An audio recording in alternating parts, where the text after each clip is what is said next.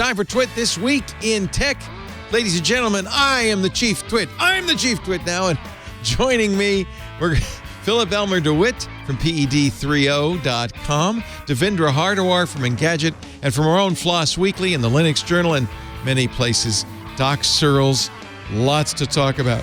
Elon, what's going on at Twitter, Apple's incredible earnings. Here's an interesting question I want to ask these guys. Do you think the tech market is dumping just because they did so much in COVID and now it's a recovery? I don't know. We'll find out. We'll talk about that. Plus an RIP for a legend in computing that nobody's ever heard of. But we will make sure you've heard of her when we do the show next on Twit. Podcasts you love. From people you trust. This is Twit.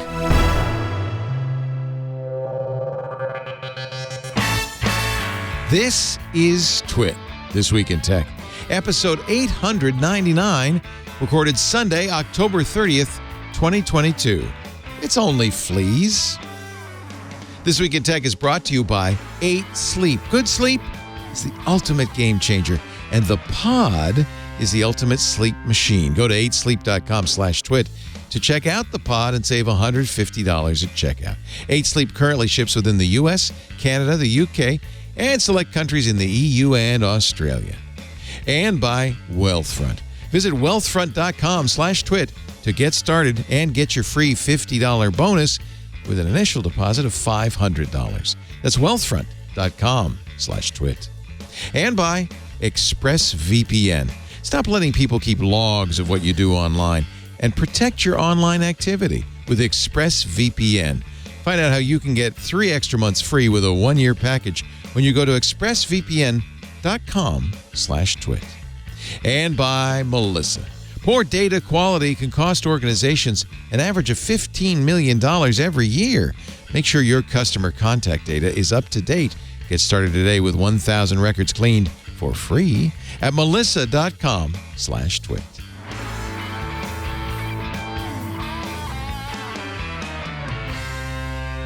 It's time for Twit. Yes, we're still called Twit, believe it or not. The show where we cover the week's tech news and have been since 2005. This is episode 899, 900th episode coming up soon as we continue our celebration of almost 18 years as a podcast. And you know what? I've known you guys for almost all that time. Let's say hello to Doc Searles. He is the host of the Floss Weekly show, our free Libre and open source software show. I've known Doc forever and ever, the co-author of the Clue Train Manifesto, one of the smartest guys out there, doc.searles.com. Great to see you, Doc. Good to see you too. I think my reputation exceeds me if you put it that way. But oh, no. And I've been trying to get you on the show for some time, but our schedules have not worked. But I'm so glad to have you here.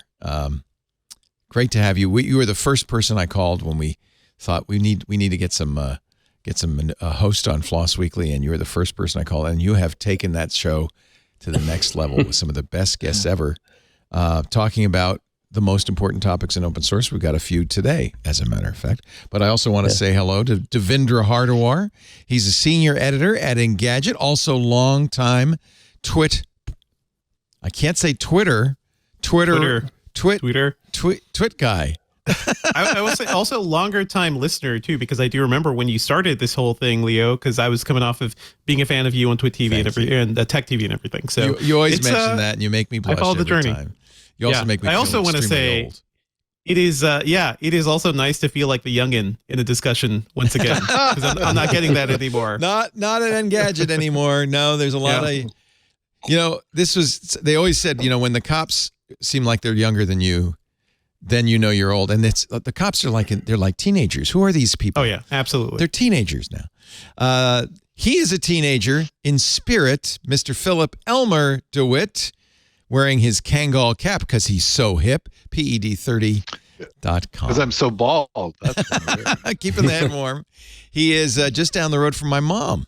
So wave at her in Cranston.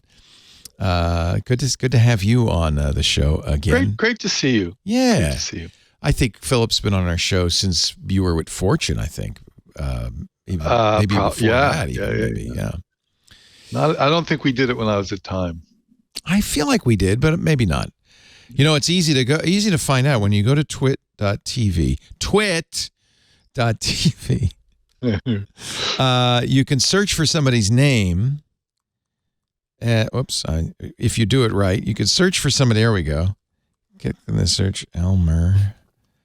I love this feature, by the way. And then you'll find them. You click their name, and then this is the feature: view appearances. So I can see every time you've appeared on our show. By the way, the database is churning, so it's been a while here. Let's go back in time.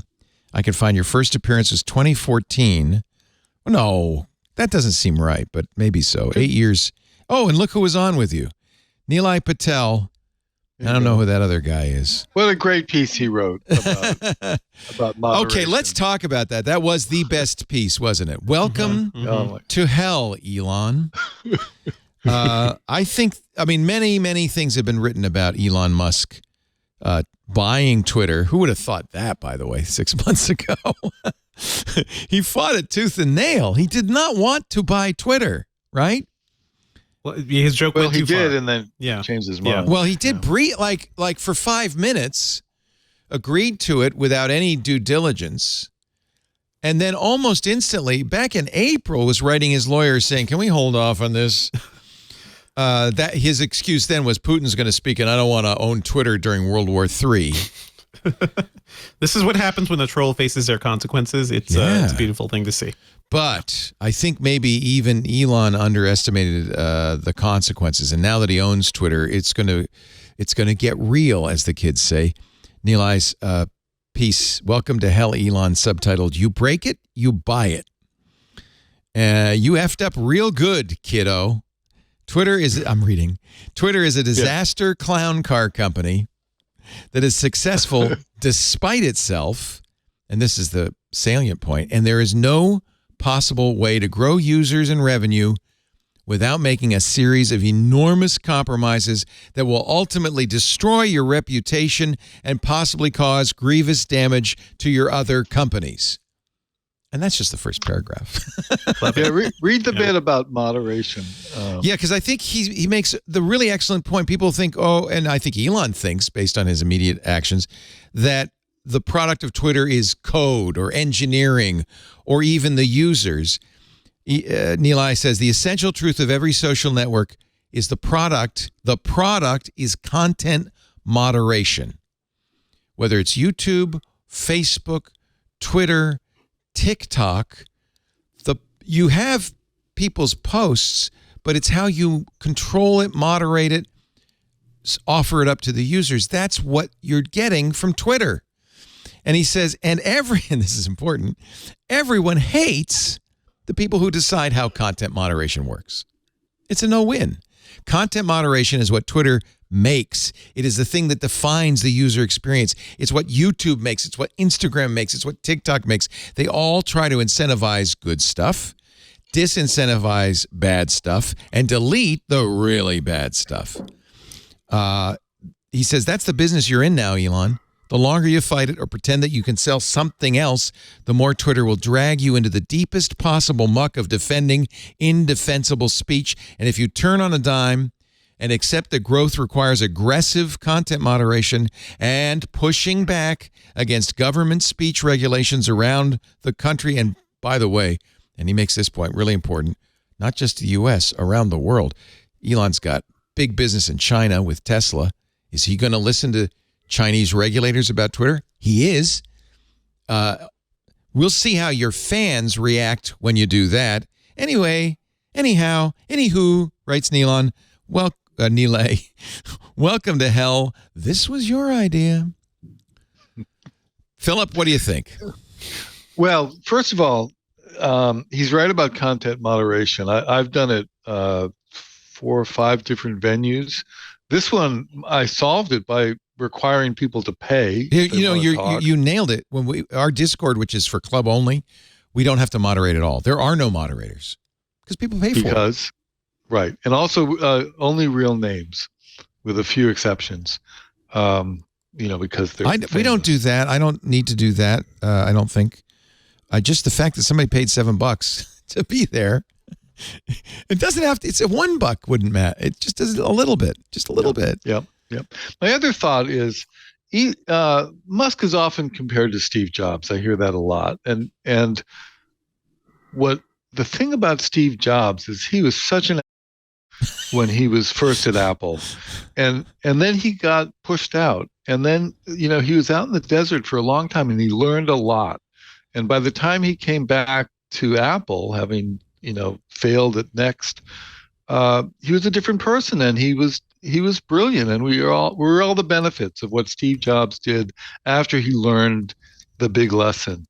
Well, Musk hasn't learned anything that I can tell, except he makes good products, and he knows how to take on big challenges and how to attract talent and that kind of stuff.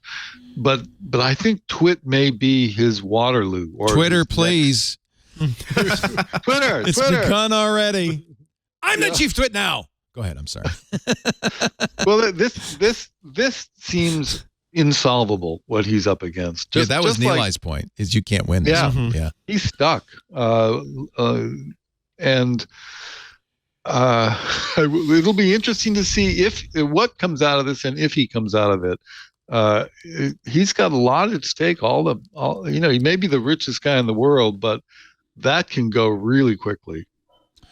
There was I would say the best Steve Jobs biography is not the Walter Isaacson, although it's worth reading, but the one that talks about how Steve changed after getting kicked out of Apple. And I'm trying to remember who wrote that, but it was easily the best one.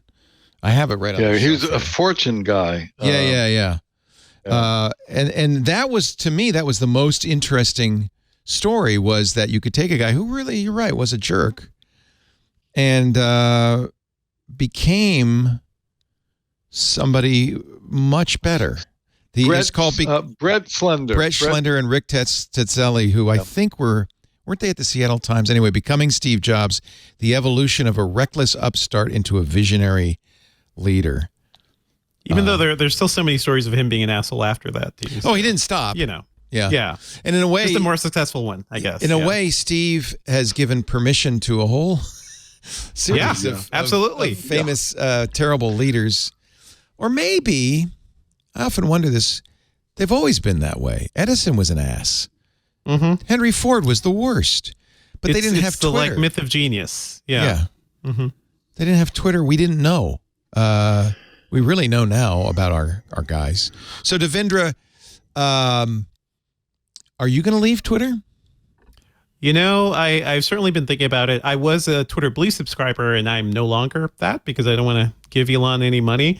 But this is kind of a sad story. This whole thing. First of all, I was championing this Nilai piece because I feel like it channeled all the rage I'm feeling, and a lot of other people are feeling. I could almost see him writing that with pure rage fuel because everything he's saying is absolutely true.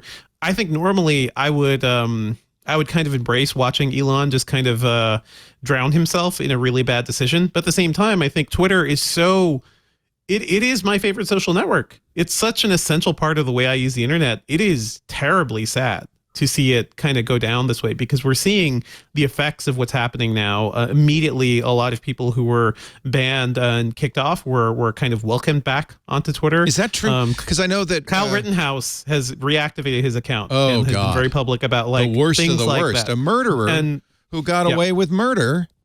Yep. And now is championed is a total celebrity for many folks, but also the rise of hate speech, incredible rise of hate speech. People are just out there celebrating this, and it's sad to see because I think when I started using the internet in the mid 90s, I've always envisioned having direct access to everything happening in the world, and I feel like Twitter is the most most successful product that can give us that can connect me with people instantly, even if I don't know them. It is so much more public facing than Facebook or anything else, and it's gonna die. It's gonna die because of one billionaire's toilet tweet decision, basically, to buy this thing. Wouldn't this be funny?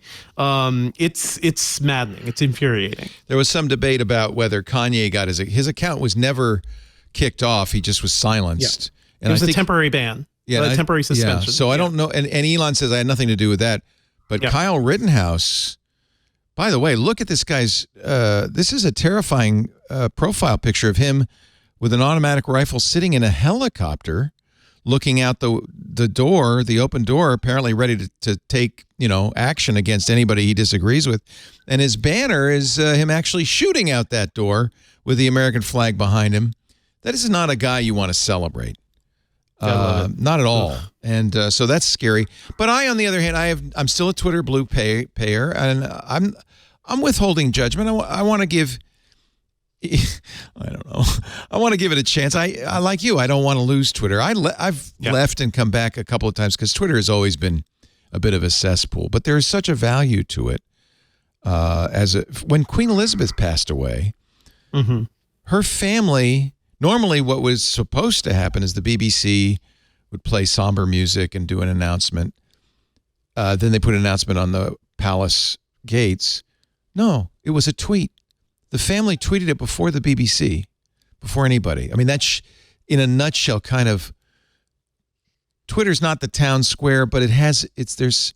What is it, Doc, about Twitter that's important? Yeah, Twitter's a news router. That's basically the biggest function of it.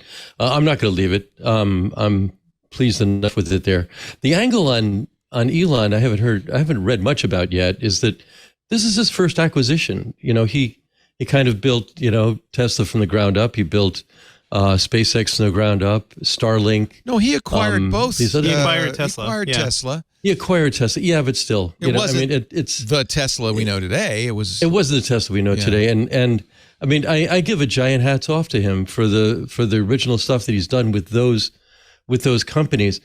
And I agree that he kind of bought this thing on a lark. I mean, and got stuck with it. And I agree with everything Neil says as well. I think the odds are really against him making it work. I actually wonder whether social media as we know it now is already kind of stale. It's pretty damaged, isn't it? I mean, it's really old. It's old stuff. And I'm not sure the new stuff that we really want or need is here yet either. So, the older I get, the earlier it seems. And we've only had the internet in its current form, where it's the commercial internet, since really April 30th of 1995. That's 27 years ago. What happened on April 30th? I know, but tell the folks. NSF, the NSF net shut down. It was one of the internet was originally funded by the U.S. government and run by the National Science Foundation. In 1995, the National Science Foundation, it's all yours. They said that they had an acceptable use policy, that AUP they call it, the acceptable use policy, and it forbid commercial activity. There was some commercial activity; they weren't able to police it or anything. But as soon as that went down, Amazon explodes, eBay explodes, ISPs everywhere. It was just suddenly we had the beginning formation of what we have now. It's kind of like, we entered the a geologic era where life exploded, and that's the Cambrian 27 years, explosion. A Cambrian explosion. Yeah, I remember the dinosaur days of the web. Yeah, you remember when we were all microbes, but I have to say, I mean, I have very mixed feelings about Twitter in a way, because I was a very active blogger and an early blogger, and I had up to 50,000 readers a day on my blog, and Twitter came along, Facebook came along. It was down to dozens in about a year. You didn't stop. Everybody for went me, over. I stopped blogging because I got that itch scratched by Twitter. You didn't stop blogging. Your readers stopped reading. Yeah, and my companions, if you look at my old blog, it's still up. It's in a slightly different URL, but it's there. It's preserved. There's a blog roll. Everybody had a blog roll on the right. It was a social network, but it was a really small one, and yeah, that's right. Every blog most of those people to other are blogs. Yeah. We cross-pollinated a lot. That's not the one the one that's showing up. This is your right Harvard. now. This is your Harvard blog. Where's this? Is the one that's hosted at Harvard. I wouldn't call it a Harvard blog, but it is. It's been hosted there. I moved there from the other one. I'll put the other one in. There's a link in there somewhere. This is just your general web page. Yeah, this is by the way part of the problem. You and I and everybody have 800 different places. Well, the funny thing is that's if you could just go to searles.com. Yeah, that HTML has been there since 1995. It looks like it. Yeah. Yeah. It looks like that's what it is. I mean, it's the art is new. It was drawn by a friend a few years ago, but I think it's weblog.searles.com. That's the short link to it. But there's a blog roll on that, and most of those people, some of them are still there, but most of them left, and most of them went to Facebook and Twitter. And there's some brilliant people writing now on Facebook, and it's all what I call snow on the water. It all kind of floats down, hits the water, and is gone. And I just think it's a lousy way for people to be smart, and there have to be better ways. And Twitter fills an essential role, I think, as a news router. Yeah, and people call it a cesspool, but I follow 5,000 people on Twitter. I see no politics because they don't respond to any, so by not responding to politics and not playing politics, not doing any political blogging, tweeting, I kind of relieve myself of that stuff. So it's kind of interesting that way, the way, following works. But having followers, people can be a cesspool. Right. Like, I think that's the ultimate thing. And the argument with Twitter was that they just did a bad job with moderation for a very long time. But to what you guys were talking about, I think the best response I've seen to this is so many people saying, like, we got to go back to the old ways of the old web, like rebuild my blog, rebuild my website or something, because Twitter fulfilled this like instant gratification. Before you'd make a blog post and maybe occasionally you'd look at your traffic and be like, oh, 50 people read that today. That's interesting. And you move on with your life. With Twitter, it's just like instantly you could see what's happening. And that was too addictive for too many of us. Well, blogging has been taken over to some degree by Substack and by newsletters in general. But my problem there is that what I love about writing a blog is that, oh, geez, I want to change that. I can change it with Substack or any of the newsletter outfits. It's already gone out the way it is, and you can't go back and correct it, so that one is sitting in people's mailboxes. So I just hate that it's in yet somebody else's silo again. Substack is another centralized system. And Brian Bellendorf, who's been a guest a couple times on Floss Weekly, talks about what he calls minimum viable centralization. I think that's really the best way to look at it, and maybe we'll always have that kind of centralization for something.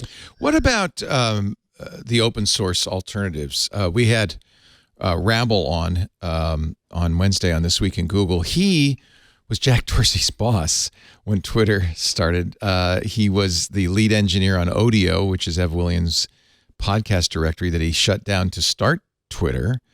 Rabble talked a lot about the history of Twitter. In fact, one of the things he told us, you should get him on Floss Weekly. One of the things he told us is that in the early days, the SSH password for Twitter was the company name and the year it started on all of Twitter.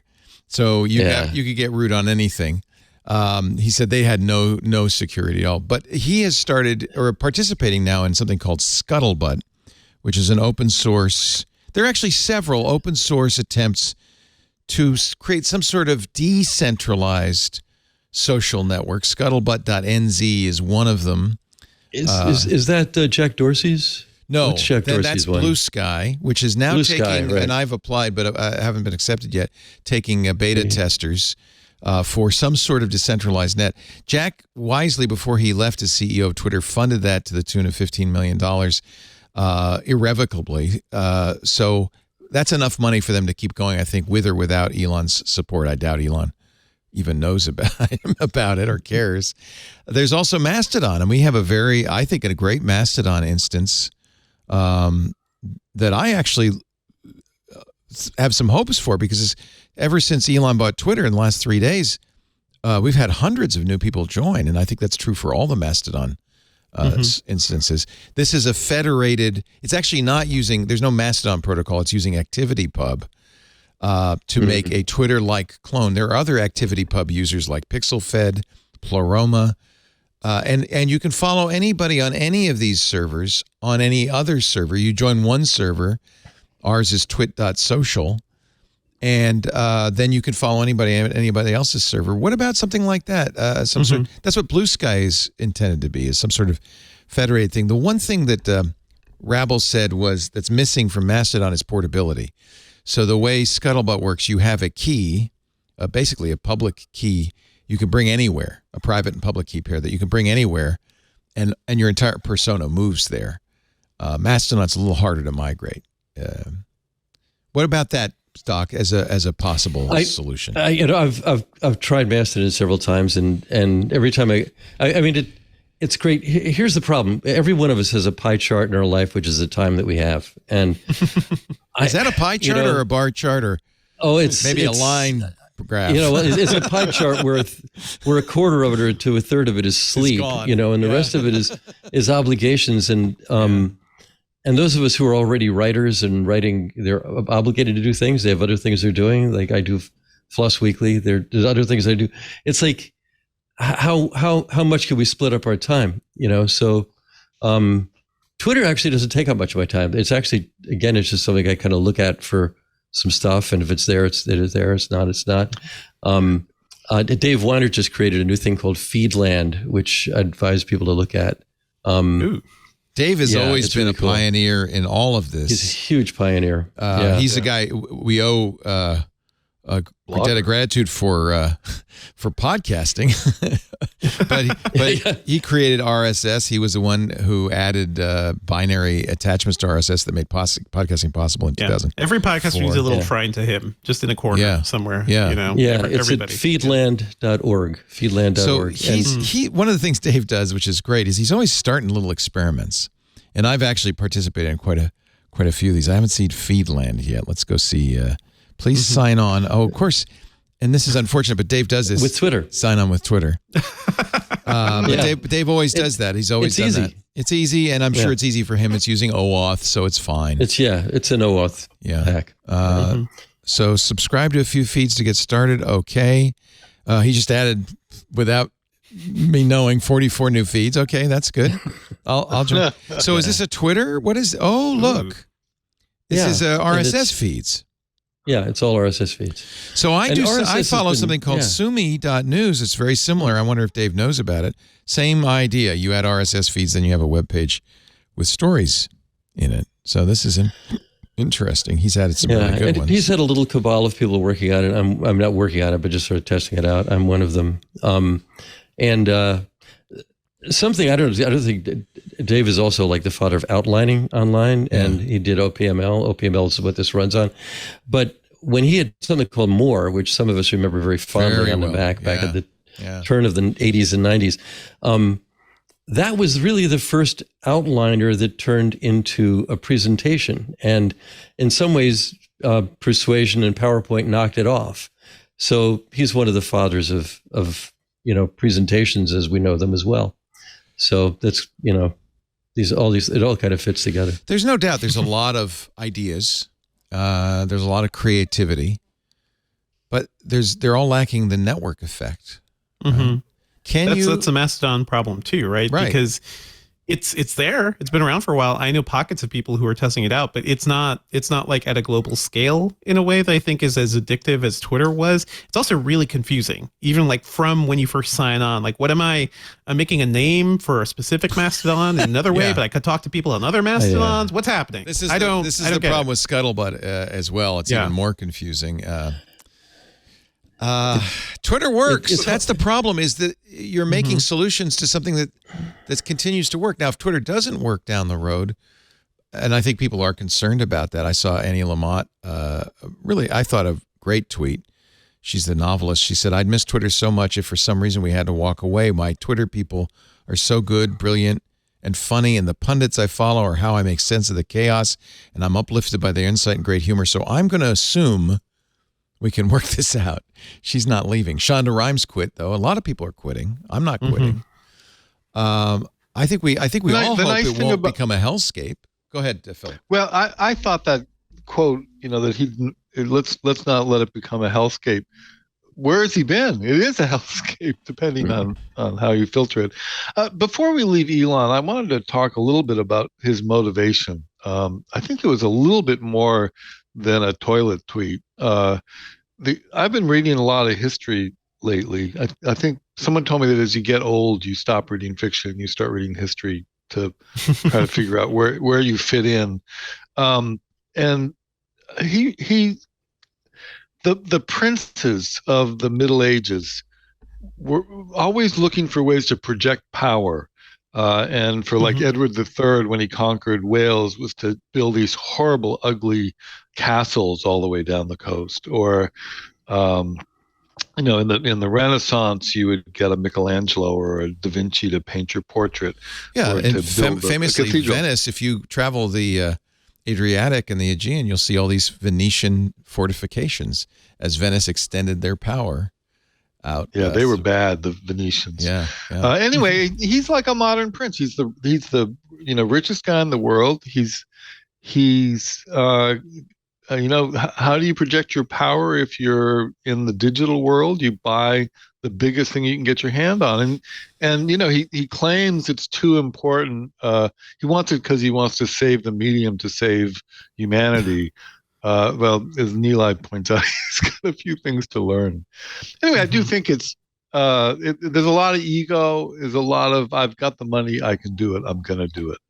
I also count that as toilet tweeting, though. Like, just surely, this is a good idea. Like, I think for many people, your best thinking is done on the toilet. You're just away from everybody. No for me, it's the shower, but okay, close. Sure. Yeah, whatever works. But yeah. That is a good point, because Elon's cars are taking over the roads. The Starlink satellites are destroying our skies, right? And bad for astronomers and everything. So, yeah, his influence is far-reaching and everywhere, and Twitter just seems like the easiest way to like take over the conversation. He's not born in the U.S., so he can't become president. Yeah.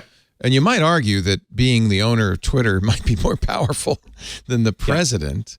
Yeah. And the national security risk. Yeah. Yeah. He is going to face a lot of trouble overseas, though. The EU, China, India, all are going to say, no, this is what we want Twitter to be. And they have some clout because Elon has other businesses. That's some of Nilay's point, is that Elon, for instance, the Chinese are very important to Tesla. They build them there. They sell a lot of them there. He says if the Chinese government says to Elon, we don't want you banning our propaganda arms, they won't call him that. What is Elon going to do? Is he going to give up his business in China? No, he's going to kowtow. Just like Apple does. So that's probably someone told me that the Chinese leadership think of Apple as a Chinese company. Yeah, and they're not surprising. So China's not going to invade the U.S. I mean, people are so worried about TikTok, and China's not going to send nukes to the U.S. That's silly. They want soft power. They're masters of this. So much like Elon, they want to build influence. They do it economically. They might want Taiwan. Well, I know they want Taiwan. Yeah, they want. And Taiwan. So watch closely, because you'll know that's imminent if you start seeing tweets and TikToks that are in some way insinuating that Taiwan has always been China. It's always been a part of China. It's a culturally. Same thing Putin said about Ukraine, right? It's culturally and ancestrally a part of the Chinese mainland, and we just want to bring them back into the fold. If you start seeing a lot of that on Twitter, then maybe that's the answer. I think that's a thing most people have no clue about. By the way, like I'm no expert on Taiwanese history, but I have gone there a lot because of Computex, which is a thing that still happens and is a very important event. But they do the air drills every time we're there, and it's a terrifying reminder of like, oh yeah, China could at any second just be like, you're mine again, and it would be hell for everybody in Taiwan. So yeah, it's worse than that. I think in the 70s, the United States ended the mutual support treaty with Taiwan because it was obvious that we weren't going to send troops and launch bombs if China invaded Taiwan. But of late, President Biden has twice now said, oh no, we'll send troops. So it's more than just something between Taiwan and China. Oh, absolutely. That's World War III. So that's a terrifying prospect in the U.S. The question to me is, and this is the interesting thing you both raised, is Elon interested in political power, in which case he doesn't care if it makes money? Or is he a businessman first, and his primary interest is getting that $44 billion back? Historically, he hasn't been that great of a businessman, you know? Yeah. I don't know. He's a libertarian.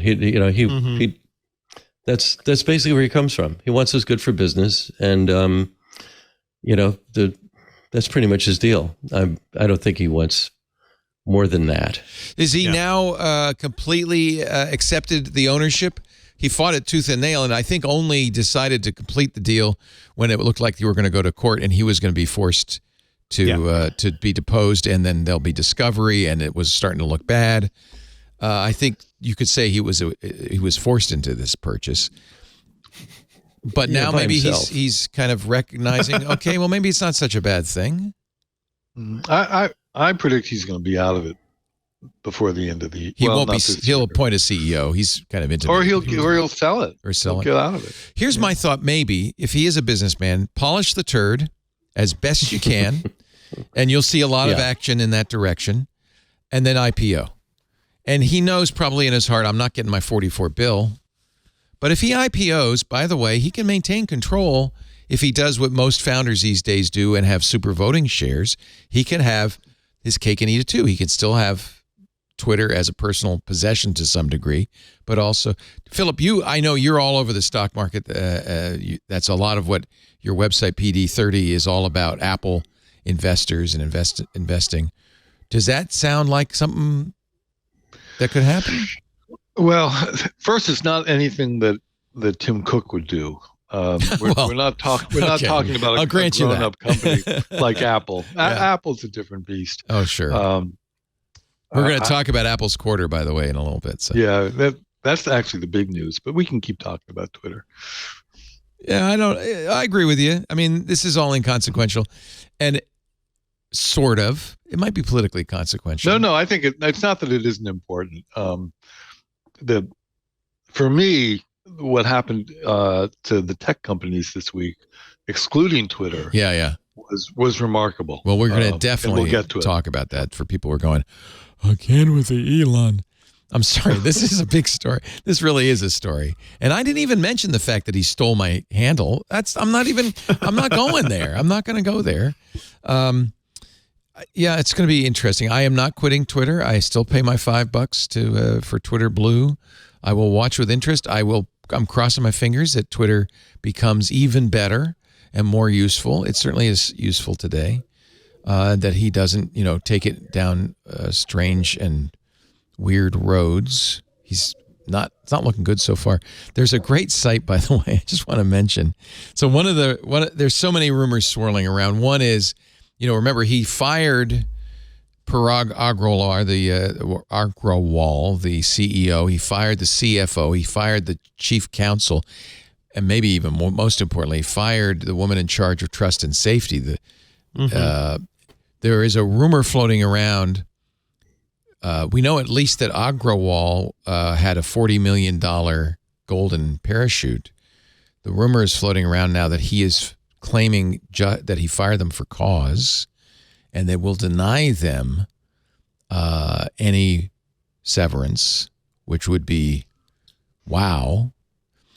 There's also rumor going around that he wants to fire a lot of people before November 1st. November 1st is a day after tomorrow, right?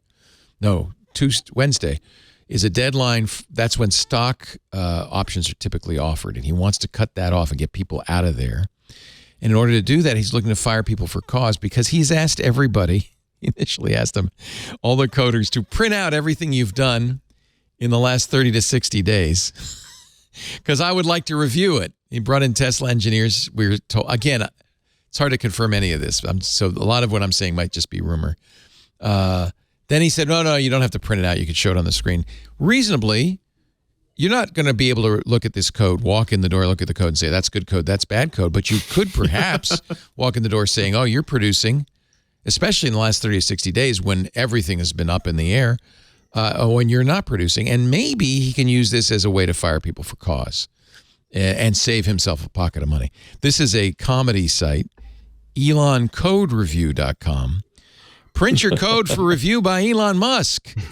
Most codes reviewed in GitHub, GitLab, or somewhere online, but that's too efficient. Why not print out your code and submit the printout by fax for review by Elon personally? I'm just curious. I got to watch the video on this. They've made a video. Oh, it's a Rickroll. Never mind. They got me. Get 6 months free. No fuss way to review your code. Print your code. Fax. You can show it again. I got rid of Astley. Fax your printouts. Wait for the mailman. Send your code to space. All code reviews merged after a review by Elon Musk are automatically reprinted and sent to space aboard a SpaceX rocket. Enterprise plan only. Get printing today. Get 6 months free. And by the way, here's some tweets from happy developers.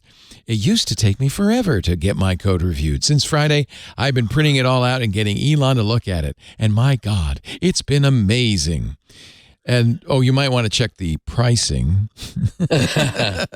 Starter is $15 billion, $44 billion for the tweet level, $120 billion for the enterprise plan. So that's everybody's having a good laugh at Elon's expense. Well, did he actually ask to see the code?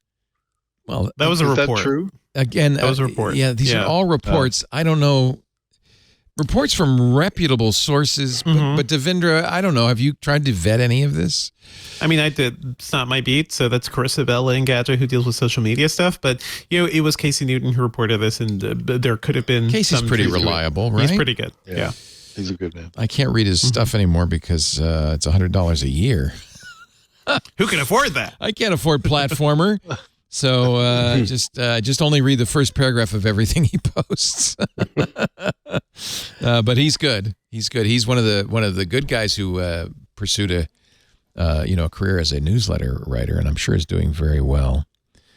And he has good sources, but it's one of those. It's like people who in the know have said.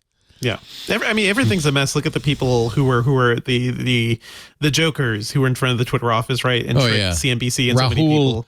Lingma, yeah. Which is a very poor Reddit joke that I am not going to explain. It's pretty self-explanatory.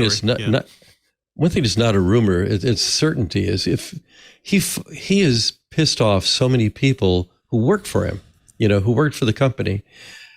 That's going to turn into a lot of results that are some of them competing. I mean, it's going to be a fabulously wide range of results that none of which he can control. Yeah, that'll be really interesting. And there's been a lot of people hate him. There will be a lot of great engineers on the street. Exactly. Yeah. Exactly. That's the good news. I have heard though, and I have heard that there was a lot of deadwood at Twitter. 7,500 employees. He had said at one point he wanted to fire 75%. Then he backed down and said, "Well, when he went to Twitter, he said, I'm not going to fire 75%. We don't know what he's going to do. Just 7,500. We don't know what he's going to do. How many engineers would you need to run Twitter?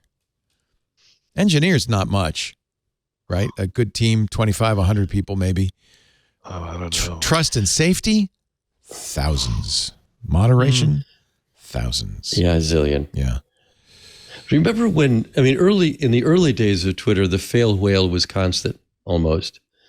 Well, credit to Facebook that didn't crash very much. There are some good engineers that at least made the place run. You don't see the fail whale much anymore. Yeah. If at all. No. You remember Leah Culver, who wrote a Twitter clone called Pounce, which I personally thought was better than Twitter, loved it, failed. She works at Twitter, and here she is, her tweet, holding her printout. So I don't know. Is she joking? Is she telling the truth? That's a pretty thin pile. I don't know. Yeah, and notice this was July 26th. I don't know, Leah. I think you might have some trouble with the Elon. Friday. She does. Let me see in her bio. I think she says she does Twitter Spaces. Yeah, and iOS Twitter. So she's their iOS coder. Co-author of OAuth and OEmbed. She's Leia's great. I don't know. So maybe another great engineer on the beach. Ready.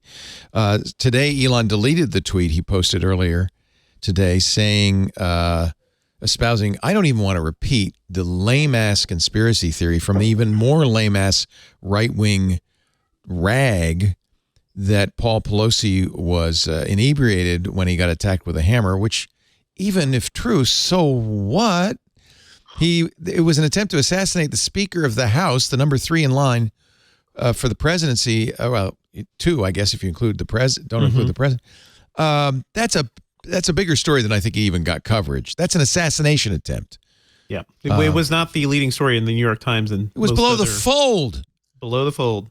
Just what's happening? Unbelievable. Musk shared an article that was just garbage and said there's a tiny possibility there might be more to this story than meets the eye. That's a very trollish thing to say. Yeah. Well, I don't know, but I hear. Yeah. Responding to Hillary Clinton, by the way, who maybe has a little information about what's going on too. Ugh. All right. Enough. This is why I don't want to pay him, Leo. I don't want to pay for Twitter Blue with that idiot in charge. I don't think he's going to do anything with my $4.99. That's what you think. Yeah. I don't know. You think I should just not? As worried as I am, and as doubtful as I am about this guy, I drove a Tesla. I'm pretty impressed with SpaceX. They've shown that commercial space can do what NASA could not do for a fraction of the money, on and on and on. Mm-hmm. I want him to do a good thing I want him to turn Twitter into something wonderful. Can he do it? I don't know. If he had just shut up, then we could have enjoyed the fruits of Tesla and what the good things SpaceX has done. But unfortunately, I think like so many people, he cannot shut up. And Twitter is literally a platform for just spewing his garbage out to everybody. So it's sort of like, it is kind of like what happened to Kanye, isn't it? Just it's poor impulse control. Once upon a time. Poor impulse control. I mean, that tweet this morning, you're the CEO of the company. You're not the chief twit, by the way. You're the CEO of the company. I'm the chief twit. You're not, by the way, on Mastodon, where we don't call them tweets, we call them toots, I call myself the chief toot.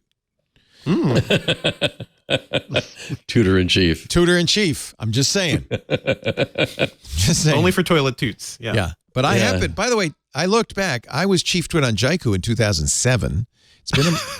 It's been on my business card. I'll show you my business. It's on my business card for at least a decade. I don't know, how does the law work? No one knows. It's a mystery. It's a mystery. We have the trademark for twit. Have had it since 2005, long before Twitter existed. I feel like I own Twit, but maybe I might be mistaken. Leo, he'll settle. Oh yeah, sure. Sue him and he'll settle. Sure, that'll go well. It's great to have you. I feel like we've got the brain trust here. It's so great to have Doc Searles. I've been trying to get you on for. You've been on before, but not in ages. A couple times. Yeah, host of Floss. You could come on as often as you want. You're always welcome. Same to you, Devendra Hardawar. Love you, senior editor in Gadget. How old's your newborn? Newborn is now 7 months old. Oh my God, he's doing really well. Yeah, and I know we need to get you out of here because your daughter sprained her ankle. I'm sorry. So you got daddy duty. Yeah. So I'll move more quickly through this. And of course, the wonderful Philip Elmer-DeWitt, who is a legend in the business, PED30.com. One of the analysts calls me legend whenever he responds to me. He says, "Legend, how you doing?" I like that. Michael Krasny, I did an interview with him, who is 77 and a legendary broadcaster in the Bay Area, KGO and KQED. Said, "Don't call." He said, "I once called Kirk Douglas a legend, and he yelled at me. He said, legends are dead. Do not call me. I'll remember that. A legend. Yes.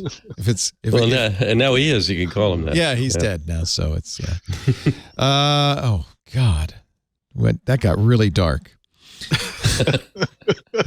Very fast. Let's talk about our fine sponsors because these are the people who make this show happen, and I am eternally grateful to them. As always, for their great support. Our show today brought to you by my beautiful 8 Sleep. And if I am at all coherent today, it is because I had a great night's sleep on my 8 Sleep. 8 Sleep makes mattresses, but I like my mattress. We have a very nice mattress. So I got the Pod, which is a cover that goes over the mattress, and it does something very interesting. It both heats it and cools it. Go either way. As low as 55 degrees, which is chilly, or 110 degrees, which is hot, or anywhere in between. Why would you want this? Oh, you do. Let me tell you, trust me. In fact, normally Lisa gets up early. She's a very early riser. She likes to get her coffee, go to the gym, work out, have some me time. So she's normally up 6 o'clock. I got up about 8. She was still in bed. I went and had my coffee. She didn't get up till 9:30. I said, "What happened?" She slept. She said, "Well, I woke up at 7, turned my 8 sleep up a couple of degrees, went back to sleep, all cozy. Woke up at 8, turned my 8 sleep up a little bit, went back to sleep, all cozy." She slept an extra 3 hours. And that's what the 8 sleep does. But you know what? She needed it. It's her day off. I'm glad she did. I'm really glad she did. 8 sleep is the only sleep technology that dynamically cools and heats each side of the bed. So her temperature was different than mine. She likes to sleep warmer than I do. But it maintains the optimal sleeping temperature for what your body needs. It knows the room temperature. It knows you. It's got sensors to notice if you're sleeping well, if you're tossing and turning, to know how deep your sleep is, and literally optimizes the temperature for you. For instance, I like to start warm. I get in bed. It's toasty and cozy, especially in the winter. But the 8 sleep brings the temperature down slowly because I go into a deeper sleep as a result. That deep sleep is so important for your health. Sufficient deep sleep can reduce the likelihood of Alzheimer's, decrease the risk of heart disease, lower your blood pressure. Yet more than 30% of Americans struggle with sleep. I bet you do. We all do, right? Feeling hot at night, one of the primary reasons people don't sleep well. Waking up with the sweats, it's the worst. In the summer, we had a really bad heat wave. I had my 8 sleep, and it did automatically cool me off. It kept me cool. I never got hot. It warms me up in the winter, and it cools me off as I sleep so that I have the optimal sleep. Clinical data shows 8 sleep users experience up to 19% increase in recovery, up to 32% improvement in sleep quality, and for me, the big one, 34% more deep sleep.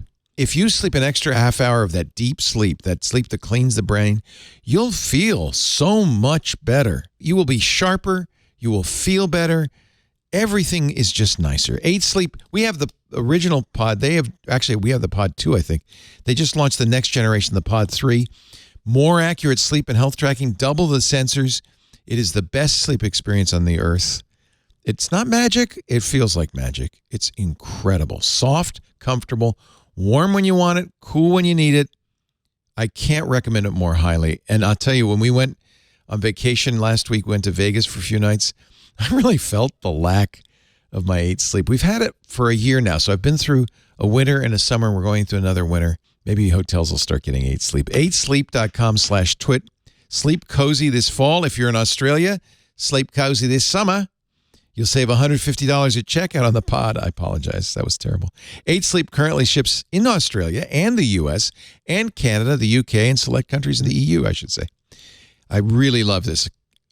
It's something you should check out. 8sleep.com/twit. And if you do, please use that address so they know you saw it here. 8sleep.com/twit. We thank him so much for supporting the show. Let's talk about Apple. Philip Elmer-DeWitt's here. This is the time. Apple did 2 things. They said on Thursday their quarterly results came out. The best quarter, record quarter, did great.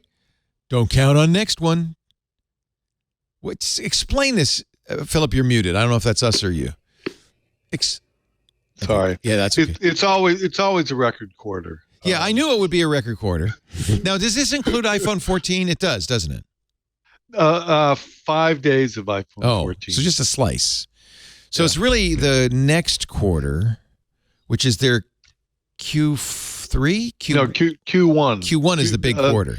This was Q4. They ended their fiscal year at the end of September, and what we got was the results for that. So we got the quarterly results and the annual results. Can I ask the tech guys to pull up the chart for one of the charts I sent shows what Apple did compared to the other tech companies. Yeah, because this was a bad time for tech companies. Here's the performance from PED30.com. There you go. This came from the Wall Street Journal. There's Meta that lost a quarter of its value in one day.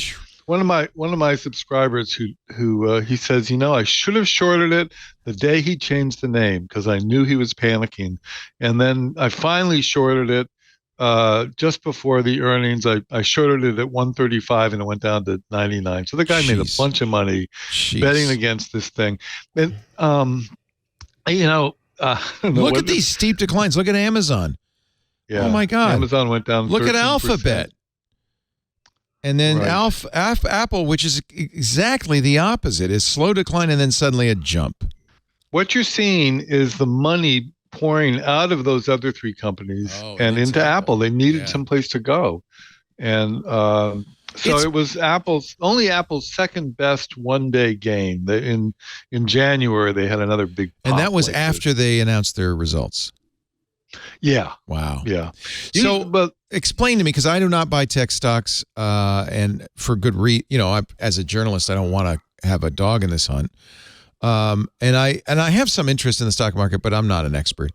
Explain to me, the tech companies had a big boon in COVID, right? They all did great. Yeah. Isn't this just somewhat of a correction after this growth? Are they below where they were before COVID? You'd have to look at individual stocks. Apple is down for the year. I know Meta is. Meta's $700 billion off its peak. they $800 billion evaporated. Someone called it the greatest destruction of capital in a long time. But by the way, I would point out if you did short them, execute, because they're making a long bet. Meta's saying, look, we know the social's dying. They're agreeing with what we said last break. We know the social's dying. We think the metaverse is the next big thing, and we're going to pour all our energies into that. If they're right, it's like it's just a startup. You're buying low what could be the biggest company of 2028. A couple things. Jim Cramer was on and literally cried, apologizing for having believed in Facebook. And he said, when I found out how much they were spending on Meta, I thought there was an adult there that could control this, but they're just out of control. So this is an influential guy, the most influential guy on CNBC, which all the investors watch, and he's saying, tearfully that I screwed up. Let me answer my question, because I have the Alphabet stock. Valentine's Day 2020, right before the pandemic, they were at their peak for the last many years of $76. Pandemic, they go down to $53. They've climbed back. This was, of course, the pandemic was very, very good to Alphabet. They've dropped since, but they're still well above their pre-pandemic peak. They're at $101. So this is what I say $96.58. This is what I say when people say, "Oh, they're tanking," is, well, they're just recovering from what was a big run-up because of COVID. Mm-hmm. Right. That's true. What's scary about Facebook and Alphabet is that the cloud numbers are going down. It looks like they bet on the cloud, and the investment in the cloud seems to be Amazon's shrinking. eating their lunch, right? Yeah. Is that what's really happening? Amazon Web Services also is it down as well? Yeah. But again, I think you have to look at historic. Now, here's historic 5 years for Facebook, and they're well below their peak before the pandemic, which is $214. They're down to $99. They screwed the pooch. They're done. Yeah. They're done. They're cooked, at least for short term. I wonder if Amazon... Did Amazon give their results this week? Yeah, it was Friday morning, I believe. Okay, so they're still above... Well, okay, that's interesting. So they're right at their peak pre-pandemic. Their peak pre-pandemic was 104. They're now 103. So they look at, I mean, this devil's mountain here. It's COVID, right? But it was inevitable that this wouldn't last forever. Right, and that's what was impressive about Apple. Despite they got pushed up with COVID as well as everybody else, and they've managed with, the iPhone sales are down a bit, services are down a bit, but they've got so many cylinders going that they, I don't know. It's like printing money. Can we show another chart that I offered? It was the mountain of cash. They have as much cash as they've ever had now, right? No. Oh no. They made a commitment. Remember in 2016? Oh, they've been buying back stock. That Trump was going to let them repatriate all the cash that they had overseas. Yep, for reduced all that Irish money tax bill. Yeah. Yeah, so they started bringing their cash back and buying. They're all, everybody who works for Apple, and especially the chief people, have a lot of stock. And if they got dividends, they'd have to pay taxes on it. But if they buy back stock, they don't pay taxes. I should point out, some say, I don't know, again, I plead ignorance, that buying back stock is in a way inflating the stock because you're reducing the pool of shares out there. It's the opposite. It's the opposite. It's making each share of stock represent a larger part of the company. It's deflation, I guess. Okay, well, you end up with more valuable stock. Okay, if they buy it back, so it doesn't make that much. Let me put it this way: you're artificially improving your stock price by buying back stock. That's right. That's right. And the argument is, if you have all this money, can't you find something better to do with it? Invest it in new products and do some research, something. And IBM made the mistake of, rather than investing in the future, buying back their stock, and it hurt them. They're a shadow of their original selves.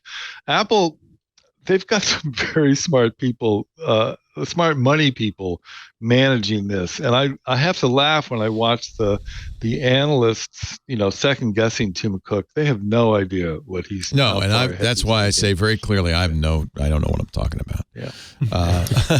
Missing, by the way, in this chart of companies is Microsoft, and I was peeking at their earnings this week, and they also took a hit, but not as badly as everybody else. They kind of went halfway because Apple gained, right? But Microsoft took a smaller hit than most of these other companies. Pre-pandemic peak for Microsoft 185. Yeah. They're now 235. So they're up almost. They're a very 30%. well managed company. And they've found their new peak. Well, Microsoft is great. If you look at the stock price over the total history of the stock going back to 86, was very flatline for a decade, from 2000 to maybe 2015, just flat. Although in 2000 it looked pretty darn good. I mean, in retrospect, that doesn't look like much, but that was a good. But year. look what's happened since Satya Nadella and the focus on Azure and the cloud, which has, I think, been a very smart move in pandemic. Yeah, they're down a little bit now. There's a little bit of a recovery. Put Apple up. Put Apple up over. Oh, I have all of them here. Let me see. Here's Apple. I'm going to do the max again for the full lifetime of Apple. And ignore this. I don't know what that. But starting in 2008, they've been steadily climbing. It was really right about steady. Here. It gets hit. It's up and down periodically. Yeah. It gets hit worse. Like Microsoft was a smoother curve than this. I can't really understand it, but it's like people fall out of love with Apple, or they find it's I'll tell you what it is. Apple is doomed. I tell you what it is. And by the way, I should behind the scenes. Philip asked me to join your crowd. You have some sort of broad thing you do, and I didn't understand that they were all Apple investors. So I'm joining and I'm going, there's no way this company has a few, and they're like, what are you talking about? and I was really the cheese in their gruel, but I understand. That was a fun show, Leo. I enjoyed it. I appreciate it. But I understand that what from the outside happens periodically, and I'm the poster boy for this, is you go, well, they've saturated. They couldn't possibly find anywhere else to grow. And they consistently make me wrong. Now they've done it with services, right? You're right. They can't sell any more iPhones. They're going to sell the same number every year from now on, but they're making money in services. This quarter, though, service is not so hot. Yeah, I have to correct you about iPhones. They're growing market share while the others are losing. So that's where their growth comes from, is people stopping Android and going to Right. They have except in the U.S., they have a small market share everywhere else in the company, right. So in the world. Yeah, there's potential So there's outside plenty. the US. There's space to grow. And the watches, it's unbelievable. I was at a hoop shoot with girls and boys, 6 to 13, and half the girls had Apple watches. Where's that at? Yeah. That's the trick for Apple, right? They've got to find new product categories. Because, there's growth potential, and China kind of saved their bacon for the last few years because suddenly that market took off. But at some point, you sell an iPhone to everybody who's ever going to buy an iPhone. You're not going to have that same kind of growth. You want to find the next big thing. And it turned out watches, which at first were really kind of laggard, has turned out pretty well for them. Notice I'm wearing Leo, the $800 Ultra. Yeah, mine. Yeah. Leo, it's a monopoly. They have a monopoly. On the Apple ecosystem, and to the extent that you're bought into it, you will. They've got you. They got me for life, and yeah. Which I hate, but it's true. It's a walled garden. I love it and I hate it. But it's a walled garden. Devinder, are you captive to the Apple? Oh, absolutely. Yeah. I mean, I'm not reviewing phones and stuff anymore, but certainly once I started with smartphones, like, the Apple ecosystem made the most sense. iPad was always the best. Like, forget about Android tablets. Oh my God, for the past decade. If you wanted anything decent, the Apple ecosystem made the most sense. And now I can imagine why parents would be buying young kids Apple Watches. My daughter is 4 now, but when she's 6 or 7, when she's going to school, having a lifeline to her, being able to see where she is, that is something a lot of people would really be interested in having. So I can imagine that's being super successful. I'm also getting more into like car tech and stuff these days. And I can clearly see like why there have been all those rumors about Apple and car stuff, because that is a whole platform where Apple is basically partnering with companies now, but having a total solution or having something with more of the Apple branding on it, that would also be another huge hit for them. So yeah, I'm in the ecosystem, and we'll see how far it goes. So they do need another product, right? I mean, services have been good. Services wasn't that good this quarter. Why do you think that was, Philip? I think it was a tough compare. It had grown enormously the year before. It's hard to sustain levels of growth like that year after year after year. Yeah, it was the pandemic growth. And, there you go. So, and Apple's facing some headwinds on the biggest profit center in their services, which is the App Store.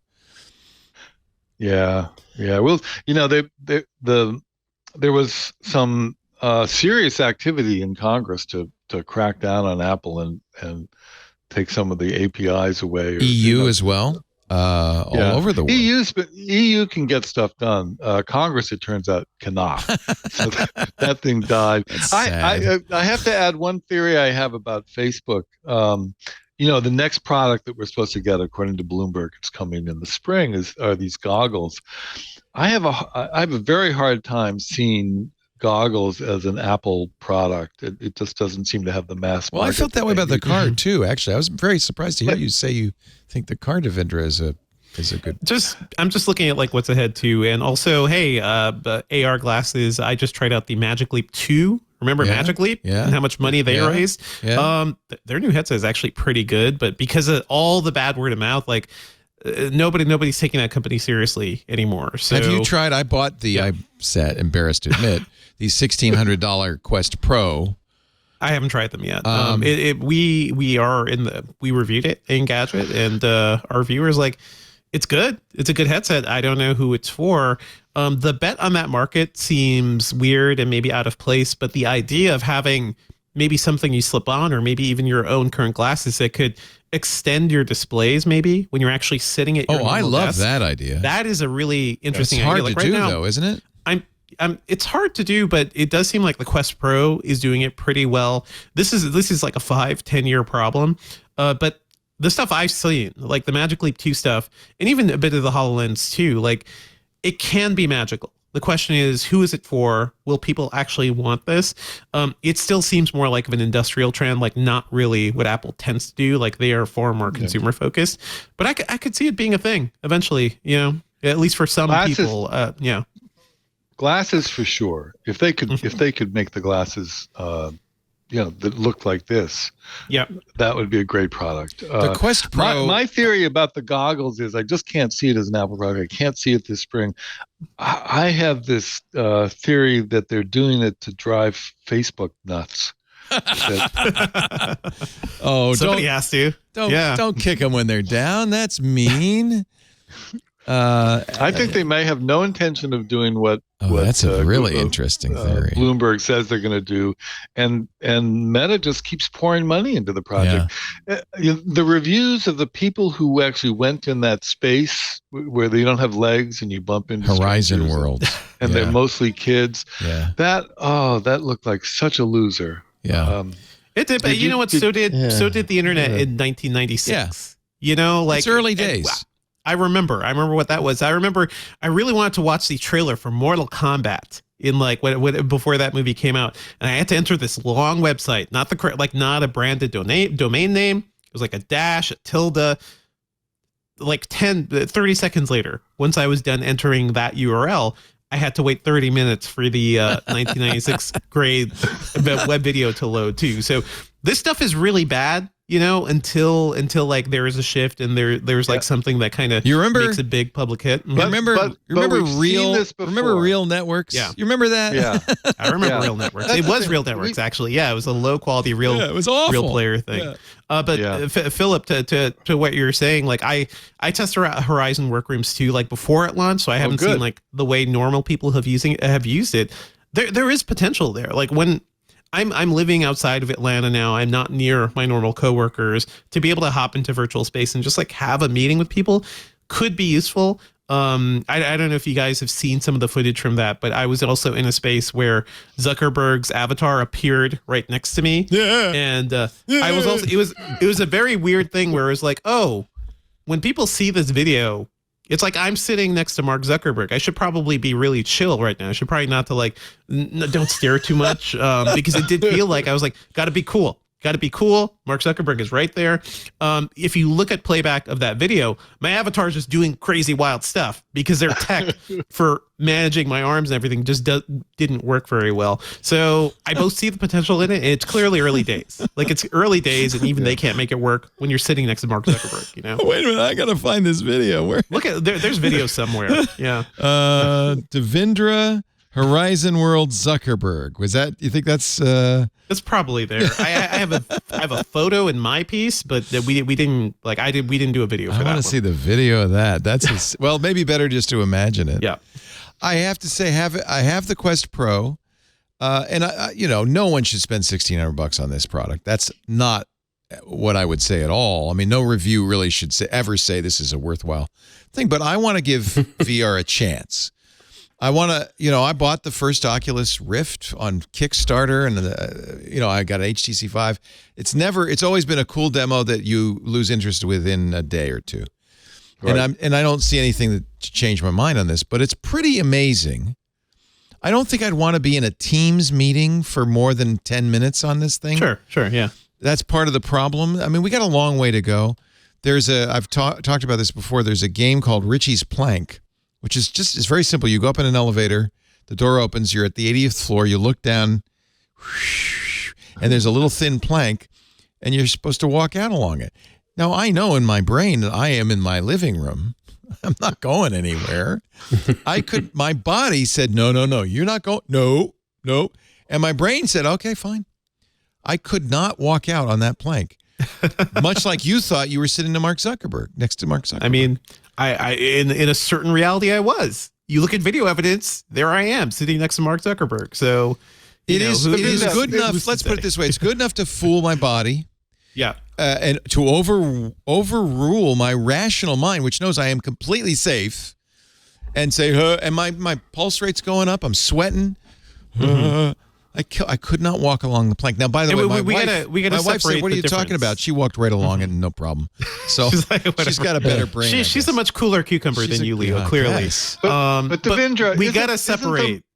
Isn't the market games?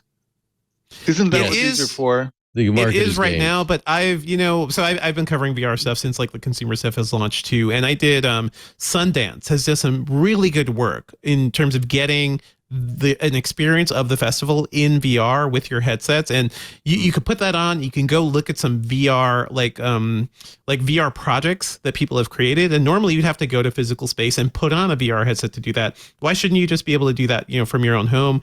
There are VR chats and stuff where you could go actually congregate and talk with other people. It gave me a sense of community that I really have missed from not being able to go to film festivals and things like that. Maybe conversely, South by kind of did the same thing, and their VR interface was a ghost town.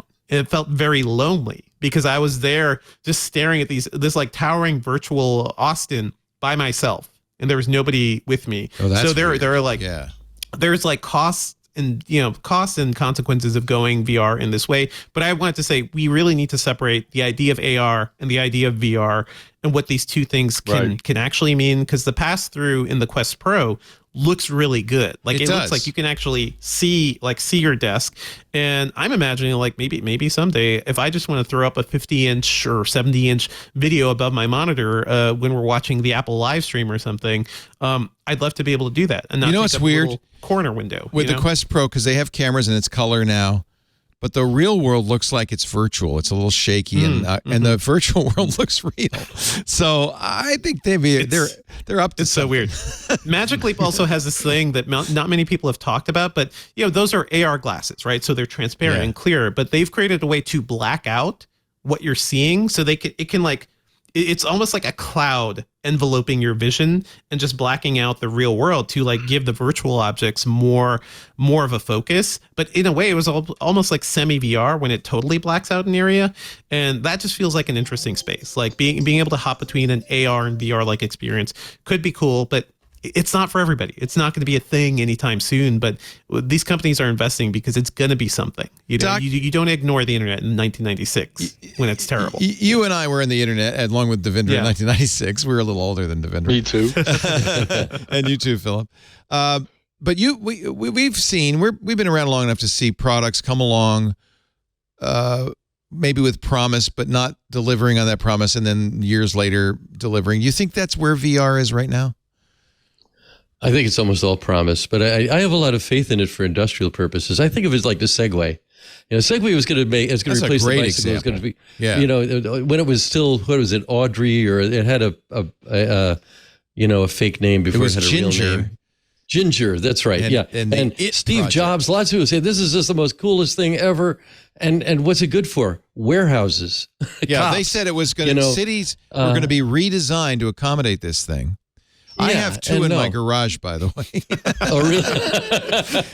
There it is. I realized the problem with Ginger, on the screensavers 20 years ago, we had Wozniak, who would play Segway Polo, brought in 5 of them. We all zipped around.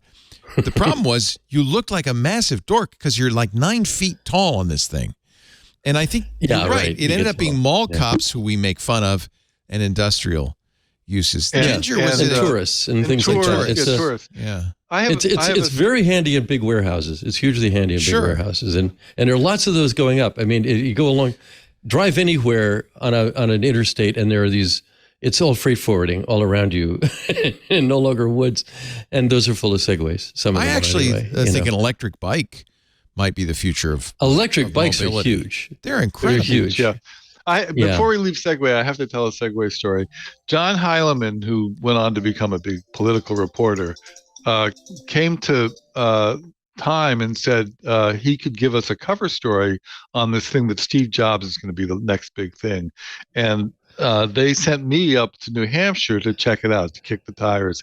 And I went to their headquarters and I took a little ride around the thing. And I heard their pitch was, we're going to solve China's problem. Everybody in China is going to want a car, and it's going to destroy the planet.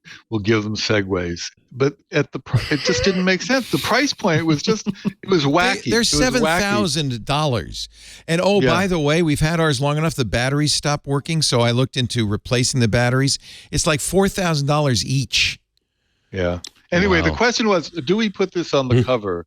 And I came back and said, no, this is not a cover story for Time Magazine. Yeah, you're probably We did run it inside. Yeah. A lot of hype around that.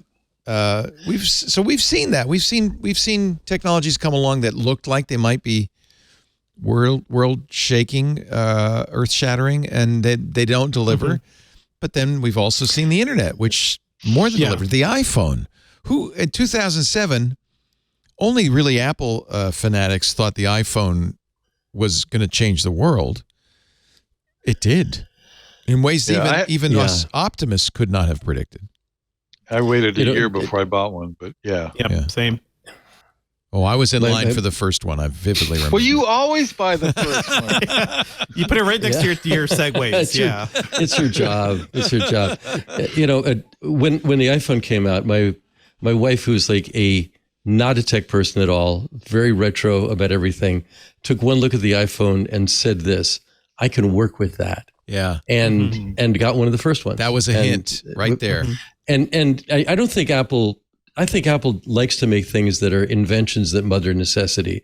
You take one look at it and say, I can use that. And that's what we don't have that with the VR headsets yet. No. Maybe Apple will make one where you'll take one look at it and it's like, oh, I got to have that. But I can't imagine that, but I remember being at one of Esther Dyson's things 1,000 years ago, back when in the Precambrian times, when she said, nobody's going to ever write on glass.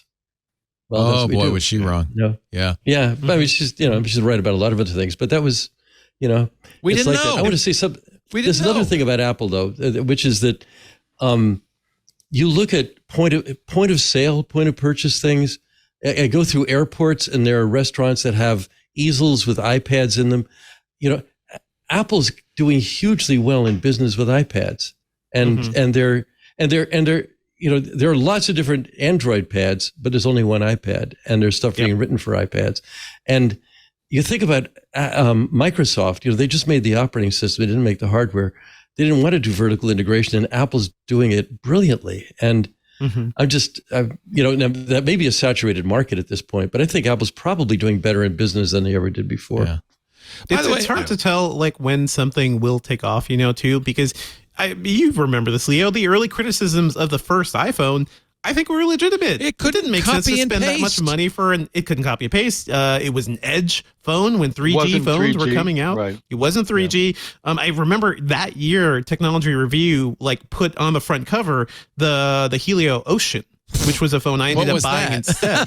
Remember that was the one that it flipped two ways. It flipped vertically and horizontally, and it was a beautiful phone. It was a beautiful phone. It's 3G. It had so many of the features of the iPhone, but it didn't have a touchscreen. It didn't have even the first iPhone didn't have an app store, right? Like that was a whole thing. This was like the Sidekick. I bought a Sidekick. It was like the Sidekick, but it also flips up vertically for the number pad, and it's so satisfying. Like I think that was the best slider phone ever made. It's still in a pocket here, but.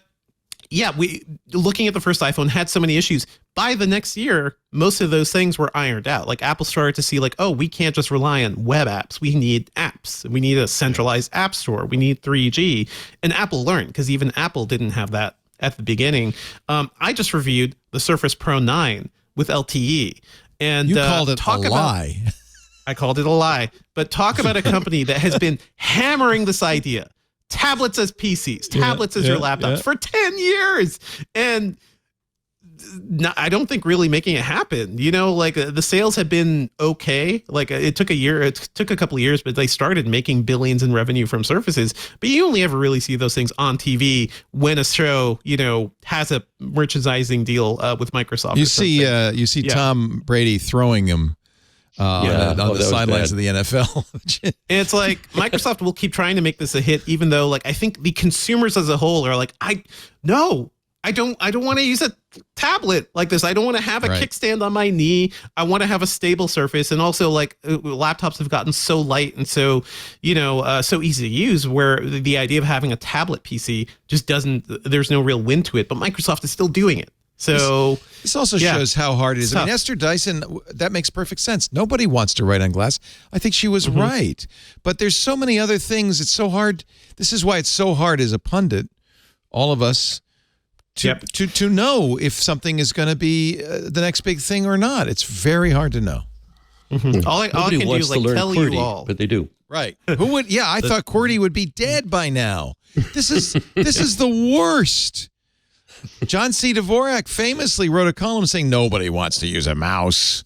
Nobody wants to use a mouse. I remember that. Yeah. But also, like, I remember the Dvorak, like, pundits, too, who are like, this is clearly better. You know?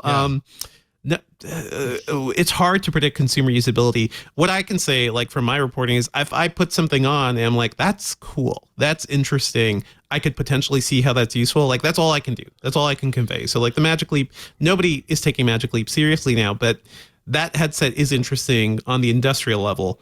Who knows, like, where that tech is going to go from there. I think it's cool. Little sidelight on the Dvorak. Is it Dvorak? He's the composer. Dvorak keyboard. I forget. Dvorak's the composer. John C. Dvorak's the columnist. The Dvorak keyboard is an old school keyboard designed not like QWERTY, but designed to be more efficient.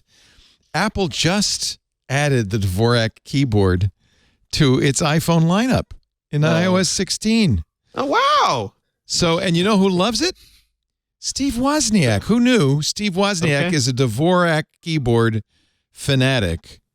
Mm-hmm. He said, he said, thank you very much, Apple. What I liked most about Dvorak then was the feeling of using less energy with your fingers. Oh, God. Yeah, he taught himself Dvorak.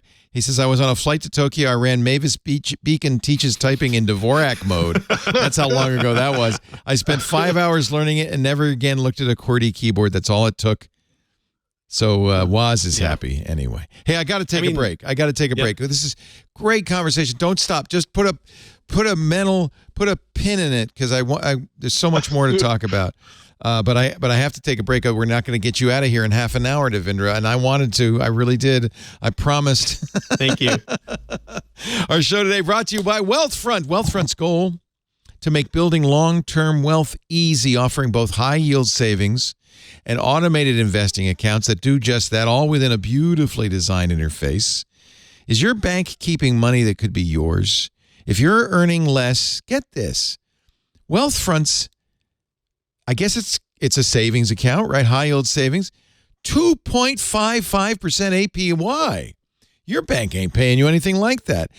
Federal interest rates are going up. That means banks have been earning more on your savings, but they aren't passing it along to you. According to the FDIC, the average U.S. bank has only raised their rates to 0.17% this year. Wealthfront now offering their clients a rate that's 15 times higher with the Wealthfront cash account. Don't let your bank keep the interest you should be earning. Join nearly 500,000 people who already use Wealthfront to earn 15 times more than the average U.S. bank. It's easy to sign up, plus you'll get unlimited transfers that are completely fee-free, up to $1 million in FDIC insurance through partner banks. So let me give you what you're getting here. No account fees, no minimum balance, completely fee-free transfers. And if you sign up at wealthfront.com/twit, you're going to get a free $50 bonus with an initial deposit of $500. Okay. Go to wealthfront.com/twit to get started. You know what I'm thinking. And get your free $50 bonus with an initial deposit of $500. Wealthfront.com/twit. Wealthfront.com/twit. This has been a paid endorsement for Wealthfront. Okay, fine. The laws in this, banking laws in this country are sometimes a little strange. A little weird. By the way, Apple has added ads now to their App Store. And a number of people, Marco Arment tweeted, I don't like it that my app, Overcast, which is a podcast app, right below it is, if you like Overcast, you might like this gambling app. It was out of control. Apple at one point admits there were about 30% of all the ads were gambling. They have halted that now. They have paused App Store ads relating to gambling after everybody complained.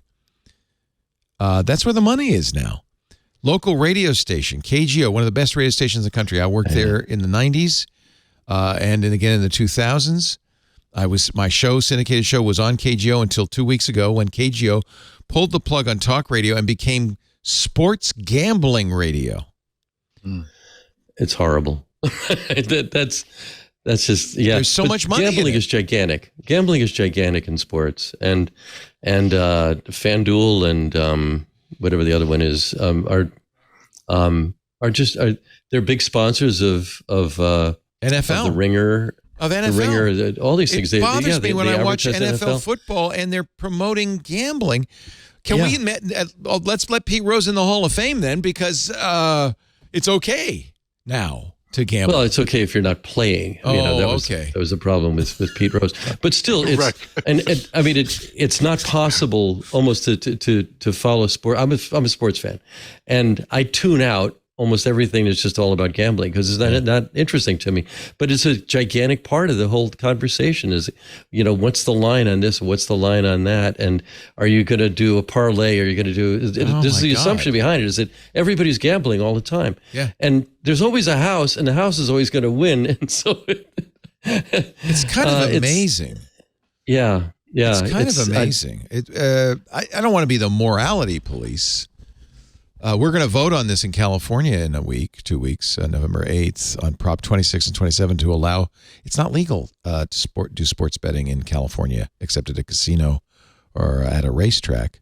And they want to make it legal on the phone. Who's sponsoring this? FanDuel, MGM. Yeah. The gambling thing. And there is, to me, a little moral thing. I feel like I don't think anybody who has a gambling problem should have a casino in their pocket. I think that's kind of scary. I guess it's not our responsibility. I just feel like it's a malign influence. I look at Las Vegas, all those expensive, beautiful buildings. They're built by gambling. Losers. They're built by losers. And and you know what? In the long run, we're all the losers. So that's I think it's a big problem. Anyway, it's huge. So Apple has halted those ads. I don't know if they'll. Philip, have you heard anything about whether that's just a temporary pause or? Well, when Marco Arment complains loudly, Apple reacts. So I think they're going to take it off. They don't like that look. But I don't like the look of them selling ads at all, right? Because all along, they turned off. They put that nice setting, no application tracking in my phone, except Apple does, and Apple sells ads against what you're doing. Yeah, on their own properties. They do it on their own properties. They don't do it out in the. But it's okay for wild, me, like but not Google for thee, right? It's different. What they're not, but we're splitting hairs. It's promotion. It's not a good look. Promotion. But I was actually interested to discover that you can sell NFTs now on the App Store. Really? And I've got a couple. I've got a couple I want to sell. I have Jean-Michel Basquiat's receipt for the first article that was ever written about him. I don't have a Basquiat, but I have his receipt.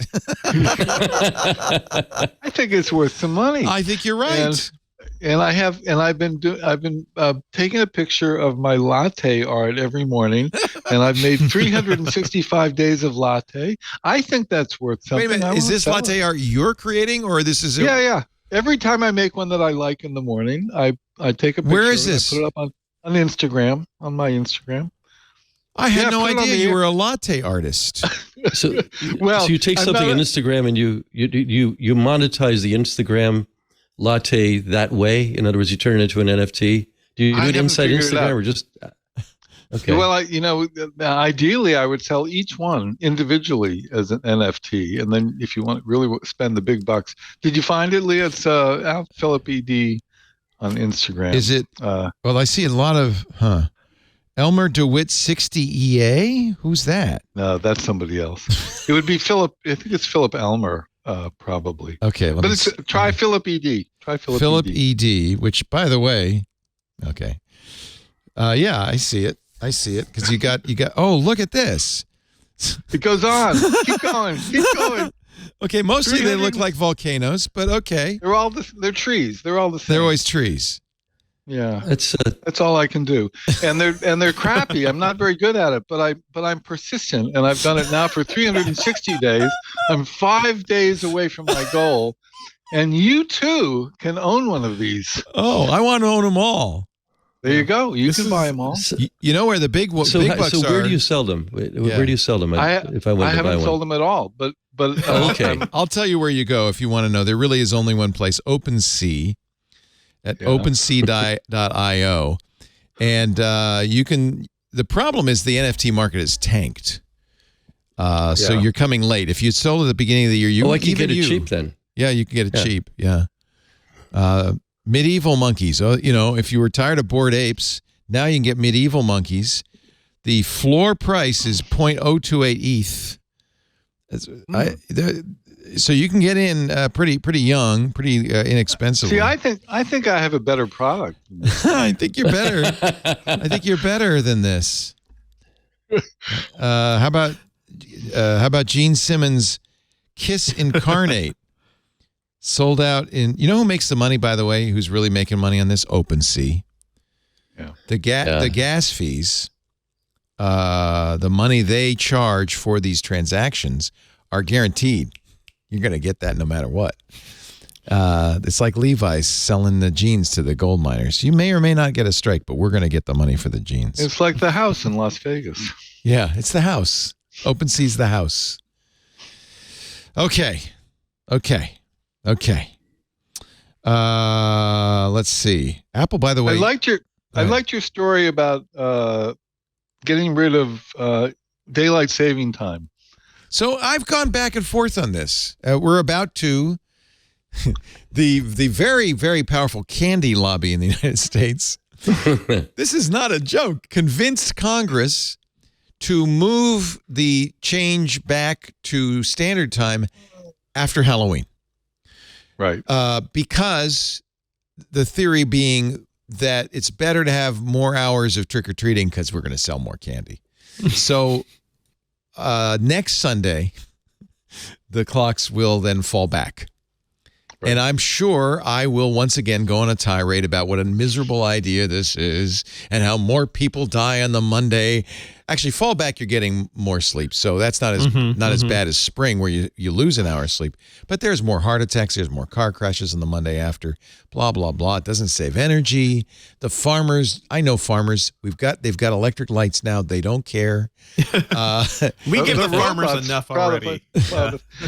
Hey, Leo, what I like about this story, having been in city government now for a while, it's like let's get rid of the copper penny.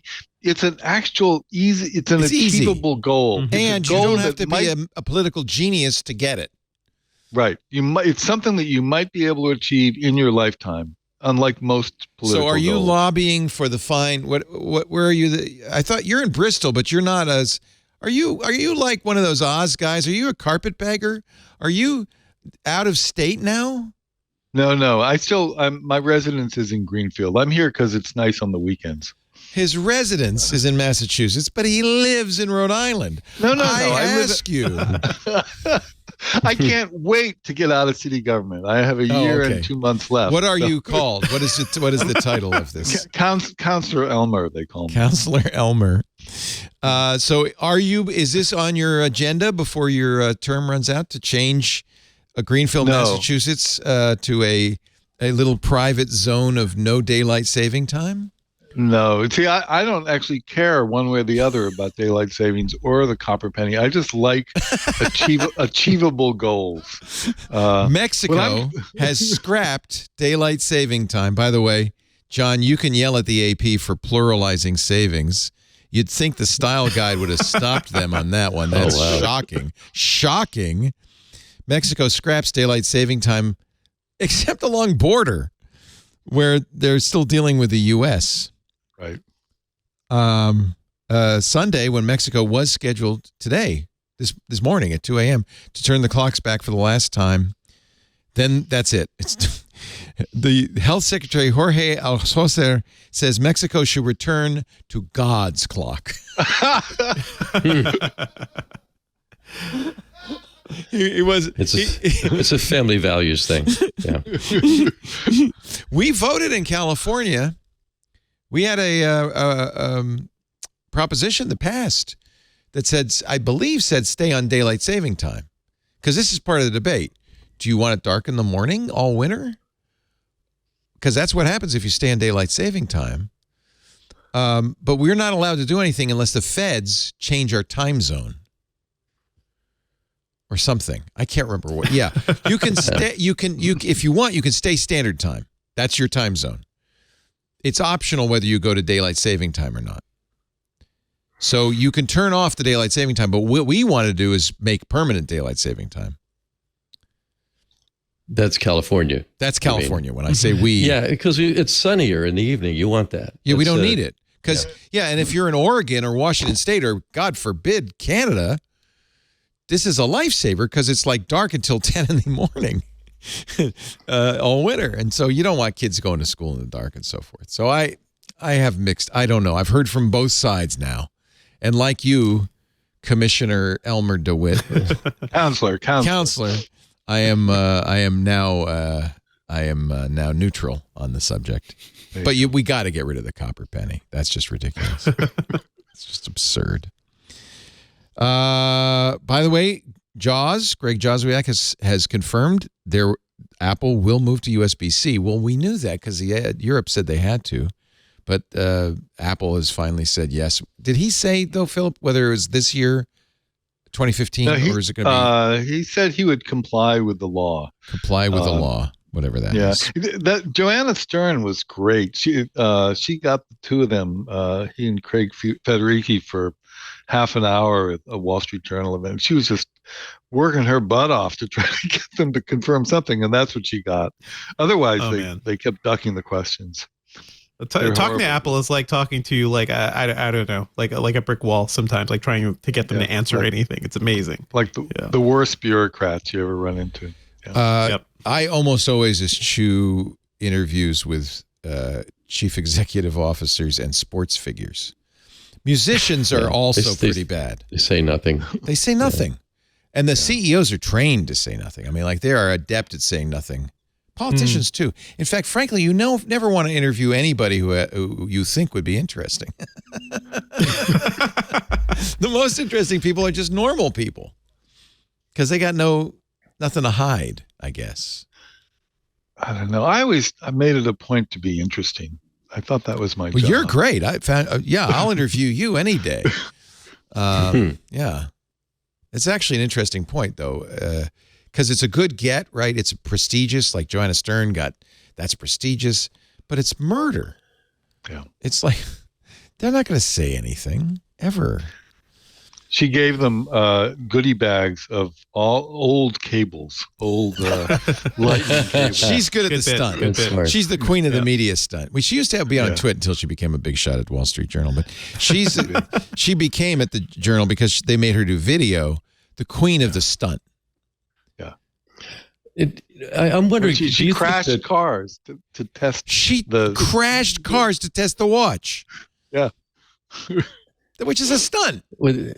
Yeah, and of course you know about the roller coasters, so that's kind of a cool story. Yeah, we talked about it a couple of weeks ago. Is that? Oh, you did. If you, so I don't know what the upshot. I would imagine by now the 9/11 centers that are near amusement parks are because you'll get a call from somebody's watch saying, "I don't know what happened, but this guy can't be good. You better send an ambulance." And it turns out the guy was just on the Six Flags roller coaster. Right. All they have to do is say, is it at Six Flags? Oh, it's a roller coaster. Yeah. But then what if somebody died on a roller coaster and they didn't show up because they thought it was just spurious? So I don't know what you do. You tweak the algorithm. That's what you do. That's right. I'm wondering what you guys think about government mandating an interface like USB-C. I thought that was overboard myself. When something better than USB-C comes along, will it be forbidden? No, because we're stuck with this. It's the metric system. USB-C is a metric system. We're with that. They would update it down the line, but it's one of those things. I do remember like going on CNBC or something like when Lightning was debuting and saying that was 2012, right? So 10 years ago, I was like, USB-C is right there. Everyone is going to be moving to USB-C. I don't know why Apple's doing this other thing. Now they're kind of forced to do it. I think the Lightning connector is kind of, at least for me and my phone's kind of a disaster because I don't know if it's my pockets or what, but there's always like a ton of lint that gets in there. That's right. Lint gets in there, and the connection with the cable is always a little finicky. So now in my car with CarPlay, no matter which cable I use, if the phone shifts just a little bit, I lose my CarPlay entirely because of the way Lightning is constructed. So get rid of it. USB-C is at least a little stronger, I think. Yeah. Doc, also the gold wears out. Yep. Your point is interesting, Doc, because actually that's what Alex Lindsay on MacBreak Weekly says all the time is you don't want government to get involved in mandating user interface features. But at the same time, I argue, and I don't disagree with that. I mean, the government's the last people who should be specifying tech specs. But at the same time, there is a benefit, isn't there, to having, remember when laptops, every one of them had a proprietary charger? That was awful. Yeah, it's horrible. But the market solved that, I guess. Sort of. Like USB-C itself is a messy standard, and a lot of people have written about that. Like different voltages, it's hard to tell. Like, will my laptop charge on this phone charger? That's all unclear. So USB-C is not a huge win, but I think overall, like, okay, I can plug my phone into this thing. Let's see if it charges. Like at the very least, I could do that, and that's better than Lightning and everything. I had a caller on the radio show asking that perfectly legitimate question. He says, I bought a dongle, had a lot of ports on it, and it had a little tail. He says, and I can't reach the back of my computer with this tail, so I'm going to get a USB-C extender. But how do I know if the USB-C extender will do all the things the dongle will do? And I said, well, in theory, there should be a silkscreen logo that tells you what it does, but nobody does that. So the standard calls for it, but nobody adheres to the standard, I guess. And so, yeah, you don't know. And it's not just will it carry data, it's, well, what speed? Is it Thunderbolt 4, Thunderbolt 3, USB 2.1, USB 2? Does it charge? Does it do video? What does it do? I don't know. No one can tell. Just plug it in. That's your solution? Okay. Let's take a little break. Devendra's got 10 minutes. Woo! 10 minutes. And I'm down to 7% battery. So oh my God! You're just gonna die. You're just gonna die on us. You mean your headset? Oh, good. Okay. Yeah. My Segway's down to 0. I'll tell you. This Week in Tech brought to you today by ExpressVPN. What if there was someone out there who kept a log of all the things you did online? Like, you don't even have to show them your internet history. They already know. Well, guess what? Yeah, that's exactly what's happening if you don't use ExpressVPN. Your internet service provider not only does it, it's legal. They're allowed to log every website you've ever visited. And it is also allowed, in fact, legal to sell that data to anyone, to marketers. Anyone will pay. That's just one of many reasons why ExpressVPN is a must. Even if you're at home, ExpressVPN reroutes your internet connection through their secure servers. So it's scrambled the minute it comes out the back of your computer. Your internet service provider can't log what you do online. They don't see anything but random noise. Now, this brings up an important question. Well, if I'm routing all my data through a VPN, then doesn't that just mean the VPN can see what I'm doing? Can't they do the same thing and log my data? You're right. Many VPNs claim to have a no-log policy, but they've been caught logging customer activity. Even worse, free VPNs, how do you think they pay for that server? They're selling everything they can. But I love ExpressVPN because they don't. It's in their privacy policy. We don't log. We know they don't log. They go the extra mile not to log. We know they don't log because from time to time, it's happened many times, especially in countries, authoritarian countries, where they don't need a warrant. They'll just come. It happened in Turkey. They seize the server. No knock. Just come in, take the server. There's never anything on it. They're frustrated every single time. And that's because ExpressVPN goes the extra mile to really protect your privacy. They use something they designed called Trusted Server. In fact, they were the first major VPN provider to engineer all their VPN servers, these trusted servers, to run in RAM only. They're running completely in RAM. When you open the VPN connection, it spins up the trusted server in RAM. It's sandboxed in RAM, so it can't write to the drive. And when you close the server, it goes away. It's yours and yours alone. No one else is using it, and it goes away, and there's no trace left. Nothing left. Furthermore, they use a custom Debian install that automatically wipes the entire drive every reboot, and they do that every single day. So even if somehow they were able to write to the drive, there'd be nothing left the next day. It is impossible for their VPN servers to store any data, including logs of any ExpressVPN customer. So your privacy is absolutely protected. They know that's their business. You don't even have to take my word or ExpressVPN's word for this. They're so confident. They know they do this. They've actually had PricewaterhouseCoopers, one of the biggest assurance companies in the world, audit it, and PricewaterhouseCoopers said, nope, you're right. trusted server works as explained. With their policy, their privacy policy is absolutely 100% adhered to. They do not log. That's why CNET, Wired, TechRadar, countless others rate ExpressVPN number one. It's why I use it. It's the only VPN I use.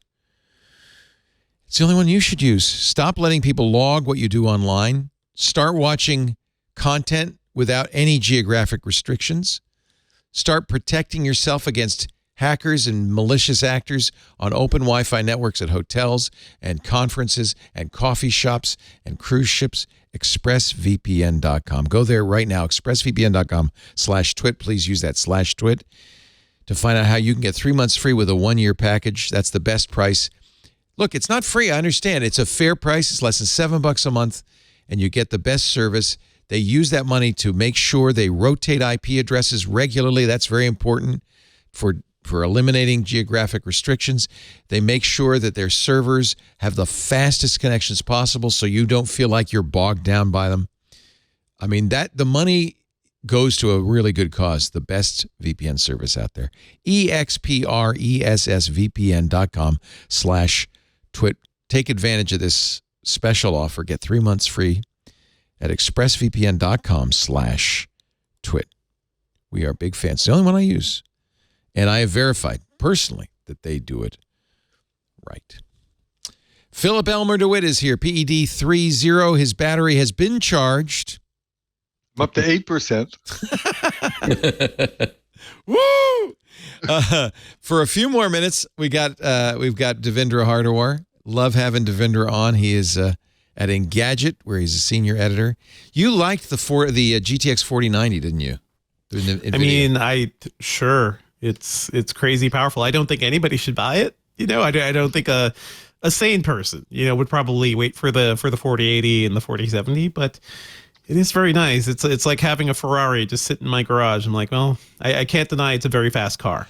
It does what it's supposed to do. It's kind of the opposite of what NVIDIA has done in the past. Usually they'll release like the 3080, and then they'll do the titanium version. They'll slowly, release better versions. They're doing it the other way around. This is the top one. I think because they needed the like big headline of like just how freaking fast this thing is, whereas the others may not be as big a leap between the 3000 series GPUs. So it kind of makes sense in that respect. Yeah. How did your review says unholy power? Oh yeah, I forgot I wrote that. It's just so I had to upgrade my power supply. Well, that's what I was asking. For this thing. Yeah. How did you review it? You put it in your computer? Oh yeah, I was once I saw. So first of all, we don't typically get the like 90 series GPUs reviewed in Gadget. Like we're not as cool as like some of the other PC hardware folks. But once I saw that was coming, I was like, okay, well, I have a 750 watt power supply right now. That's probably not going to be enough. And also, I was rebuilding my system for the new AMD chips as well. So I was doing this whole rebuild. I was like, got to get at least 1,000 watts. Once that was fine. Like setting that whole thing up.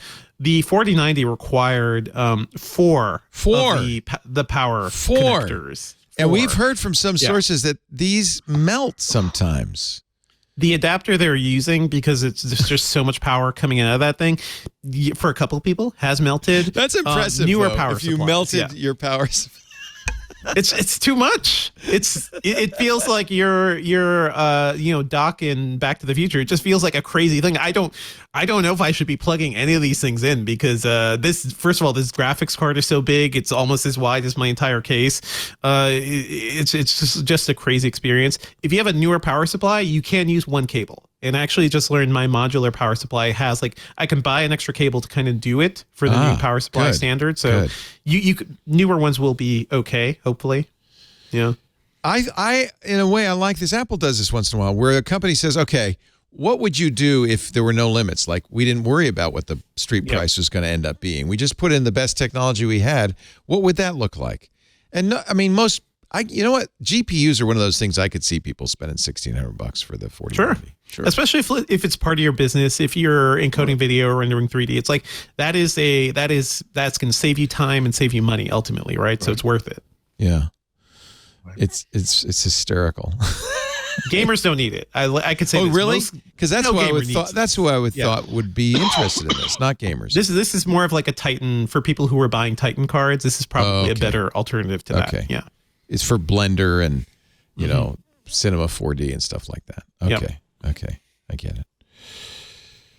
Do you want to take off, Devendra? I don't want to keep you here if your daughter is. I'll jet. I just we're in the middle of bath time and baby put down time. I got to make sure my daughter's okay. Time. So yeah, but yeah, I do miss doing long twits because since my son was born, I haven't been able to do a twit, I believe. So it's been fun chatting. Yeah. Aw, It was nice to meet you. Come back sometime. Yeah, good to see you all. When your kids are in Vegas or something.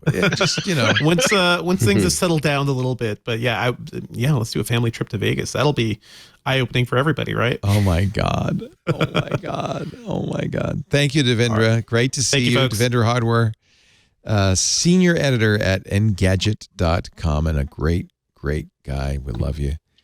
Have fun. Later, bath guys. time. I miss bath time. That was fun. I always liked it.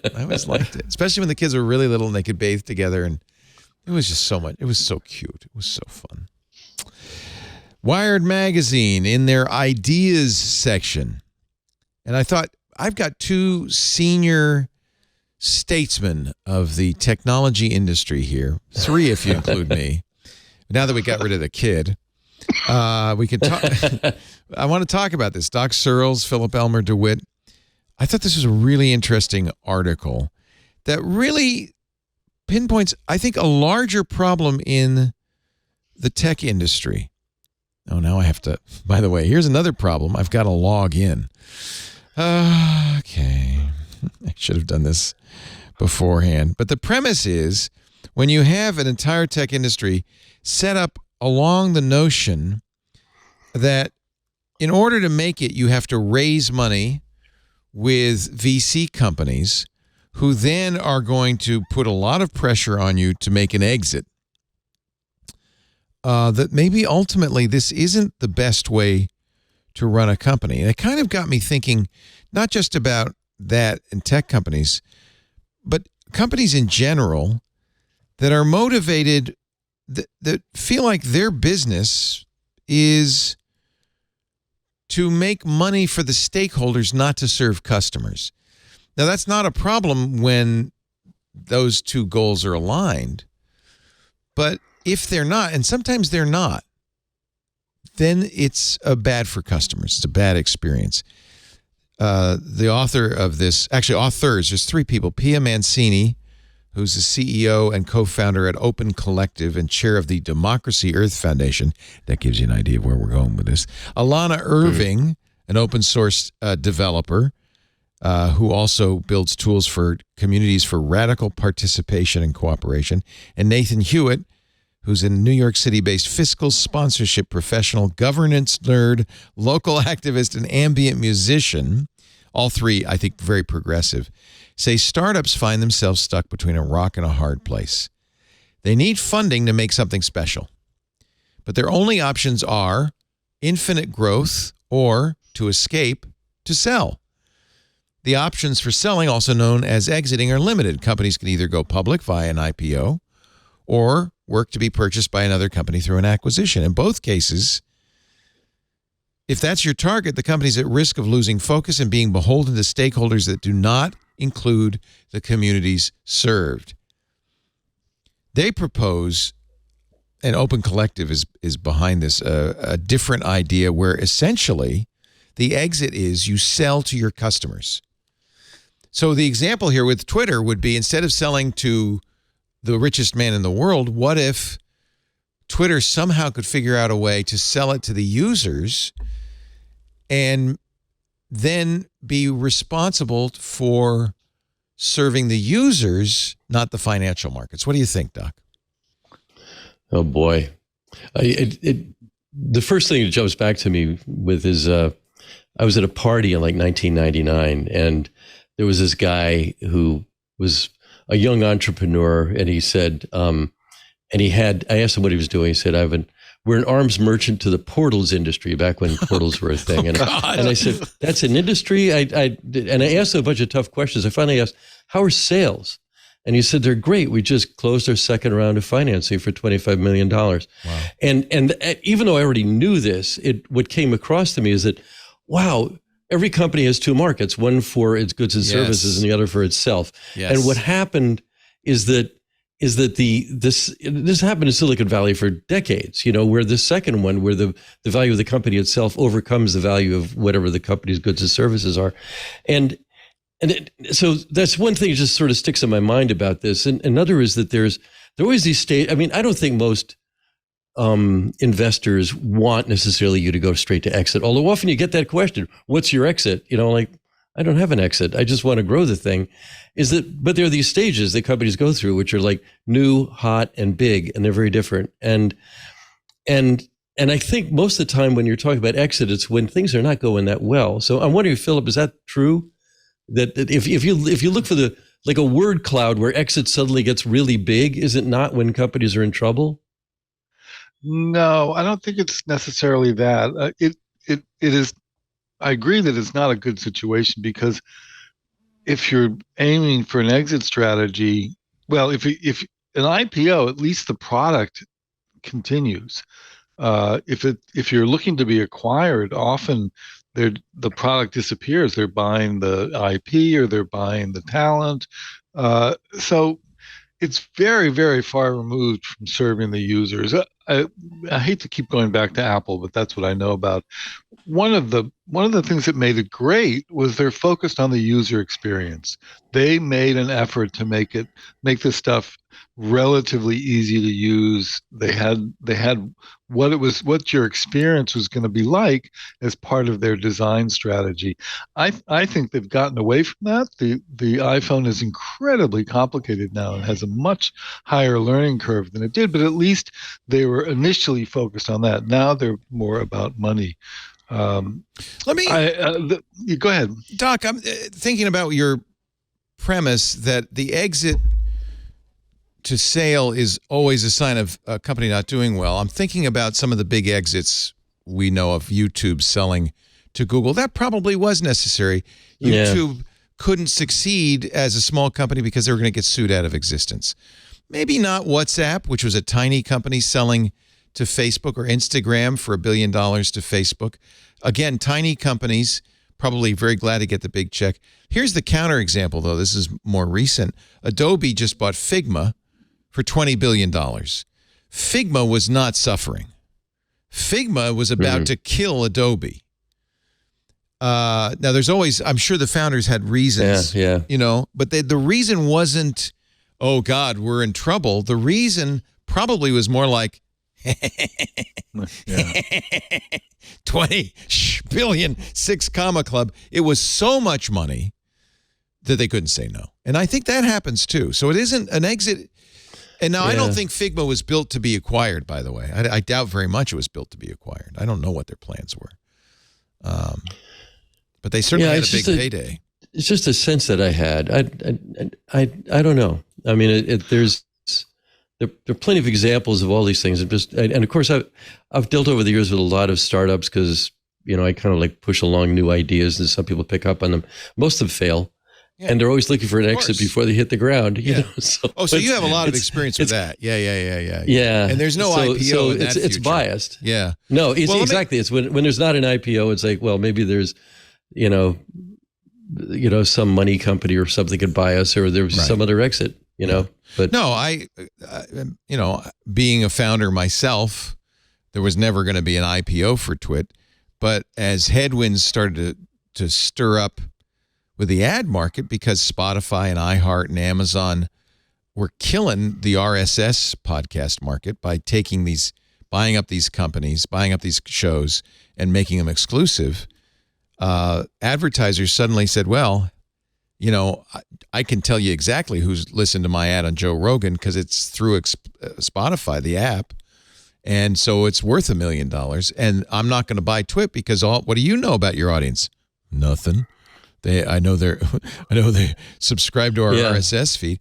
So we too, for that very reason, kind of seeing these headwinds coming. Unfortunately, pandemic killed us. But we thought about, we should probably try to get acquired by these guys because at some point, that point is rapidly coming where it's almost impossible to sell ads because any advertiser is going to say, well, why should I buy an ad from you? You can't tell me anything about who's listening. Well, this is a gigantic moral question. And of course, this is something I dwell on almost exclusively, which is that it is morally wrong to follow people without their invitation or a court order. And there's a $2 trillion business based on that. And that's what's going on with Spotify and the rest of that, I suppose. I haven't followed them so much, but you don't. Spotify spent $500 million acquiring ad tech. I know for the podcast industry, right? Did they? Is that what they did? I mean, yeah. I could see acquiring the Ringer. I mean, I think they wanted Ringer, to be in the podcast Rogan, business. But then more than that, they acquired Anchor FM, capability to make podcasts. They acquired Chartable and Pod Sites, the tracking, the ad tracking companies that we used, and then pulled the plug for us. They said, "Nah, you can't use us anymore." So they're going vertical and exclusive. They're killing. They're literally killing RSS-based podcasting by acquiring it all. And you don't spend $500 million to acquire stuff like that, unless you have a pretty good plan to monetize it. Well, so I listened to a bunch of Ringer podcasts, especially, and all of the ads that I don't think there's any of the ads that I hear there are personalized. They're generally people like if it's Bill Simmons, he's like you're talking about ExpressVPN or one of the other sponsors. And they a lot of them are FanDuel, of course, but they're kind of gambling oriented. But I haven't sensed that they're personalized at all to you. But they are personalized to the sports fan who would be listening to those shows, I guess. Well, if it's generalized that way, and I mean, I don't mind them finding out how. I mean, I don't mind them knowing that I skipped over the ads, but I don't want them knowing it's necessarily me. And I don't know what they do. I don't know what the feedback there is, And I mean, of course, I'm listening generally on Apple's thing, and though sometimes I listen to Overcast or one of the others, Downcast. Oh, so as long as you can still listen to Ringer on something besides Spotify, they haven't. I never listened to it on Spotify. I've never listened to Spotify. Then you are a normal person. Spotify. But understand, Spotify's goal, as they did with Joe Rogan, I know they want to suck in the market. Right. And one of the reasons that something I have a trouble with, less with sports than with some other topics, is that, and only because sports is evanescent and it's of no interest 2 weeks or 5 weeks from now, but I don't like that all of a sudden all of the archives are available only to subscribers. Right. I don't like that. And I suppose that's the case with Joe Rogan. There will come a day with Ringer where you will have to download the Spotify app if you want to keep listening. Yeah, and I won't do it. It's not worth it. That's actually supposedly, and it's hard to confirm this because it's an internal thing, but I have seen some evidence in its kind of inductive reasoning that Joe Rogan's influence has dropped when he went exclusive, which they think is evidence that the audience dropped because there are many people who would not continue to listen if you had to get a podcast app to listen other than the one they liked. And maybe that would happen with Ringer too. Maybe in fact that's why Spotify hasn't moved Ringer to an exclusive deal yet. They did right away with Rogan. They even took him off YouTube. So to get back to my original premise, Figma, which has devoted users, loved it, sold to Adobe. Adobe had to make the acquisition because Figma was basically eating their lunch. Users are unhappy about this. This is how it works. Wouldn't it be nice if there'd been some sort of way that the community that uses Figma could have acquired it and control it and keep Figma focused on its customers instead of focused on making money for Adobe? That's the premise of this Wired editorial. The SEC doesn't get involved when someone like Adobe buys its competitor? Oh, there will definitely be regulatory approval, I'm sure, on this. You look, Facebook just told they can't buy Giphy by the UK. So that deal is off for that very reason. It's anti-competitive. Facebook/Meta.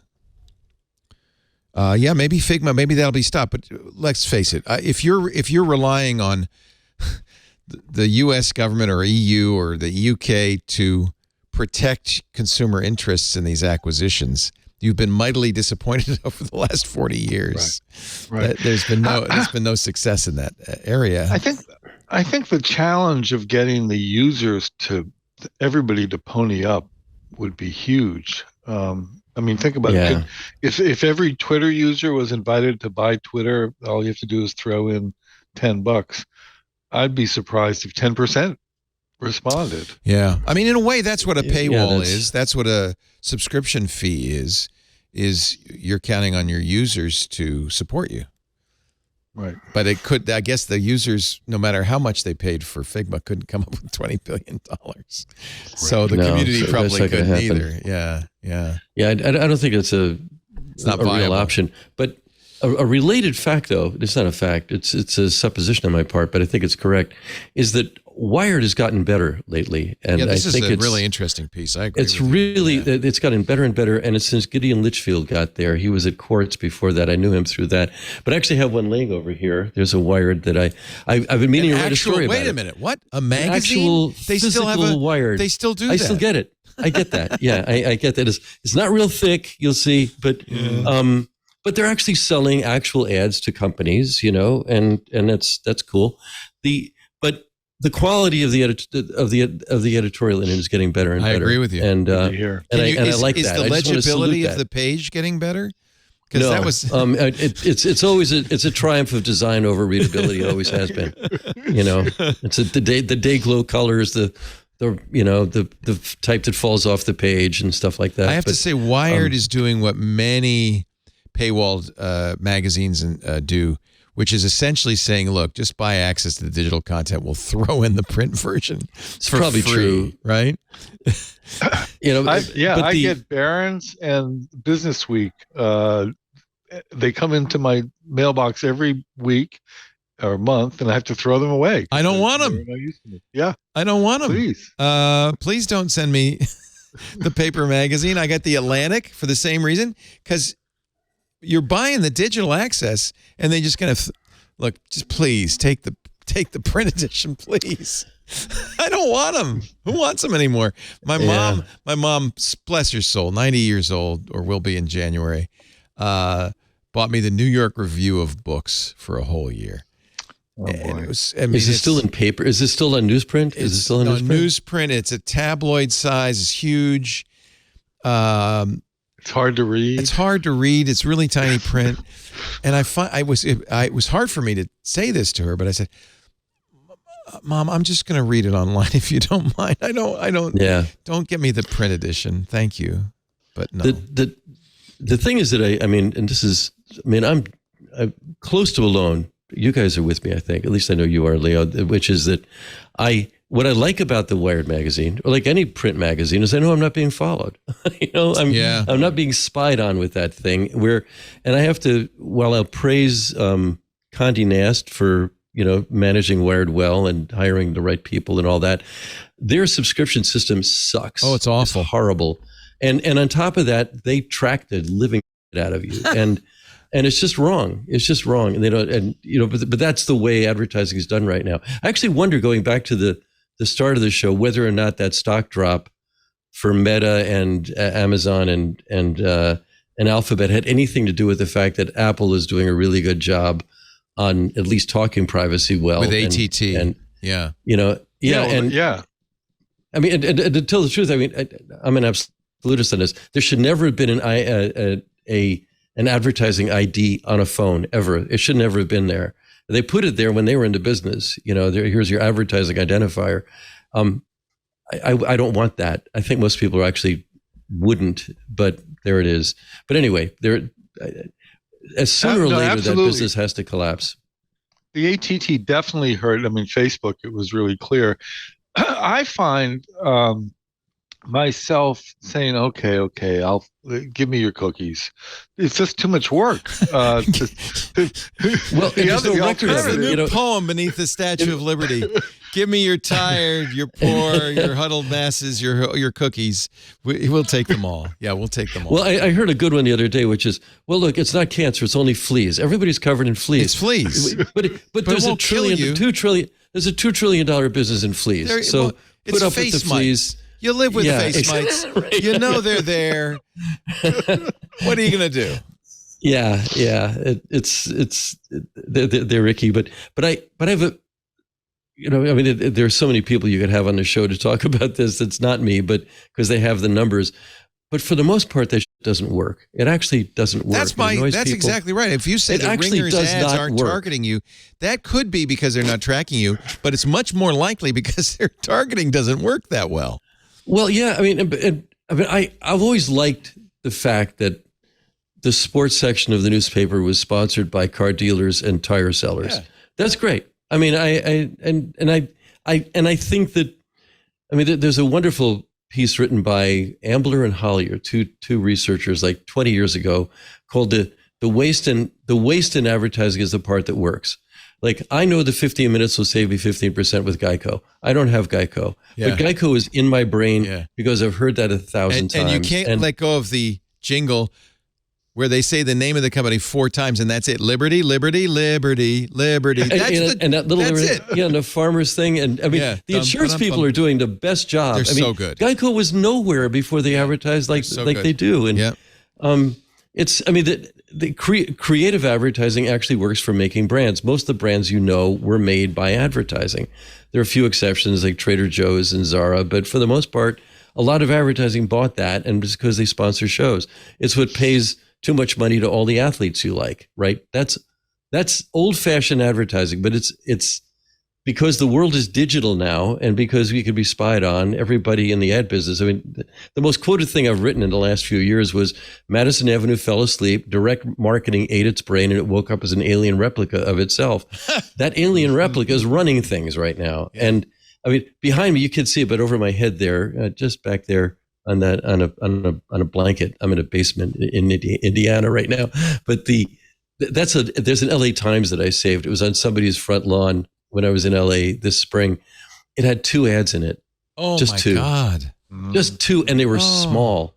One was for a lawyer, and one was for the art theater chain, the Laemmle Theater. There was nothing else. Nada. And they're like, well, they still have like 150,000 subscribers to the physical paper.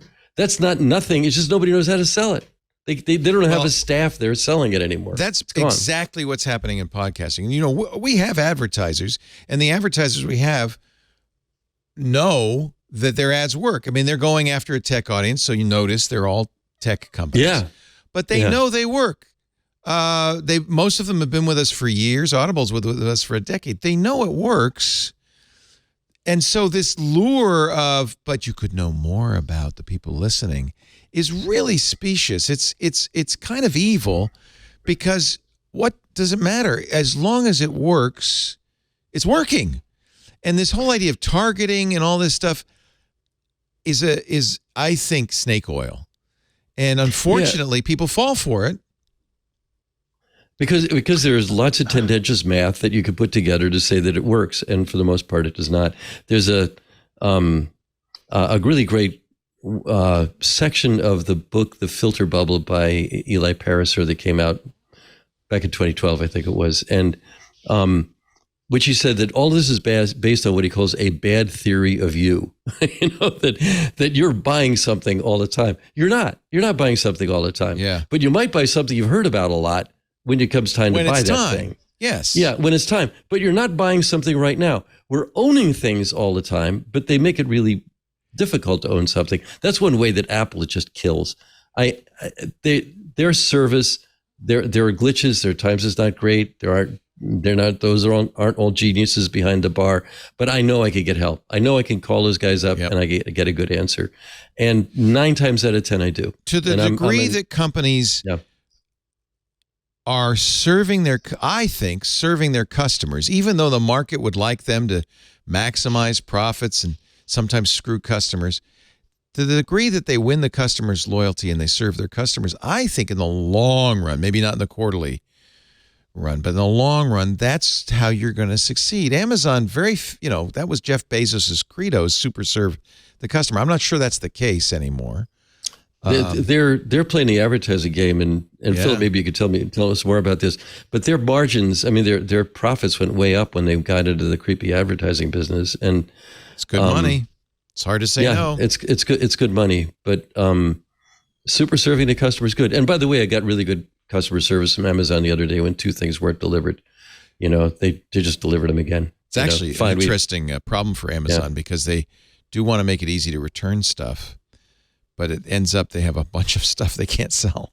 And so they just kind of bury it in landfill. And yeah, I'm told a guy at Costco told me that you bring back anything to Costco, it's gone. It's gone. They're not going to resell it. They can't. They're not going to resell it. It just goes somewhere else. I don't know where. So there is a high cost to customer service, I guess.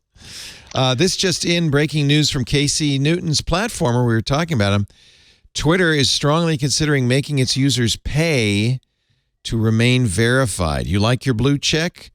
Platformers learned if the project makes forward, users would have to subscribe to Twitter Blue at $4.99 a month or lose their badges. I'm sure this is just being workshopped like about 1,000 other ideas. Yeah. Well, maybe they didn't fire the people who were workshopping that. Yeah. Right. You're paying for yours, you said. Yeah, but not for the check. I'm paying for the other features. And I actually, probably like you, Doc, paid for Twitter Blue because I wanted to support Twitter. I never did. I didn't even. In fact, till you mentioned it, I didn't know what Twitter Blue was. Didn't even know it existed. And I don't have a blue check mark. There's a problem right there. That's a problem. I mean, I've been on them since. I mean, I know Ev Williams, and I got on it like on day 2. Yeah. But still, Yeah, I did too. 2006. I don't even know how you get the blue check or what that's about. No one does. I know it's called verified. Yeah, but I didn't know what the process was. It looked like work. I didn't need the work, so I never did anything. Does it matter? No. I did the work and didn't get the check. So no, it's terrible. Oh, that's horrible. Sorry. Well, as somebody with a blue check, I can tell you it means absolutely nothing. And would I pay $4.99 a month just for that? No, Elon, I wouldn't. Let's take a little break. We'll have some more in just a bit with our dwindling panel. Philip Elmer-DeWitt, great to have you. PED30.com is the website for the best Apple coverage. And I'm going to say it with a financial slant. If you're an Apple investor and you're not reading PED30, you're missing out. That's really how you keep up on what's going on. It is definitely pitched for investors. Yeah, that's what it's for. Dumb me. I didn't know. I went to that meeting. Little did I know. I'm just glad they didn't lynch me or burn me or something. I don't know. Also, the great Doc Searles. And by the way, one of the reasons I bring up these deep philosophical things about the future of, investing in companies and community ownership stuff is because Doc wrote the definitive book on companies and their relationship to their customers. It resonates 20 years later. Clue Train Manifesto. You can read it online. Get on the Clue Train. David Weinberger, also your co-author. Yeah, I co-wrote it with 2 other guys. And brilliant, just brilliant, and still true. And I've told you this, Doc, but I'll say it to our Twitter audience.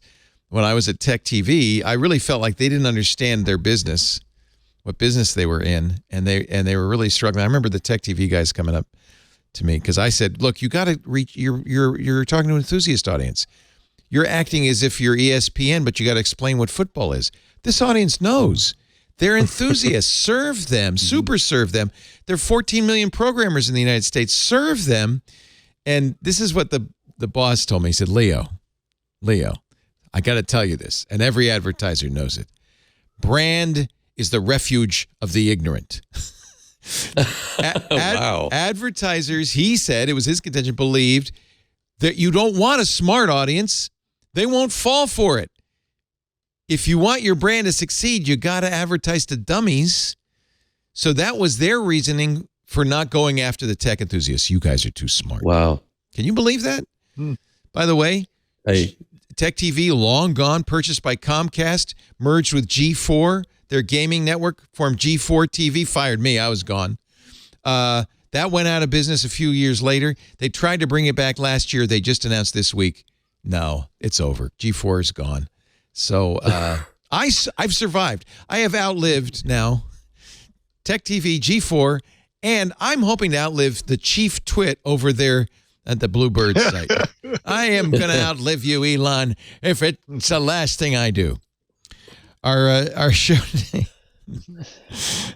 today brought to you. Anyway, everybody should read the Clue Train. I bought the Clue Train. After he told me that brand is a refuge of the ignorant, I bought him Clue Train. I bought everybody at Tech TV a copy. I bought 20 copies, gave it to all the executives. I doubt they read it. They certainly didn't learn a thing from it. What can I say? Our audience and our advertisers know that marketing is a conversation. The way we've always treated our advertisers, we're very careful. We pick advertisers we like. And my attitude is I'm introducing this company to you, our users. I'm making an introduction. I'm starting the conversation. Our show today, this week, brought to you by Melissa, for instance. You've heard me talk about Melissa before. It's awesome. A leading provider of global data quality and address management solutions. Now, if you're in business, you have address lists, you have supplier lists, customer lists, so forth. Those lists are rotting away every single day. You're ignoring them, but they're rotting away. And poor data quality can cost organizations a lot. Average of $15 million a year. The longer the poor quality data stays in your system, the worse it gets. The more losses you accumulate. Email addresses change, addresses change, names change, phone numbers change.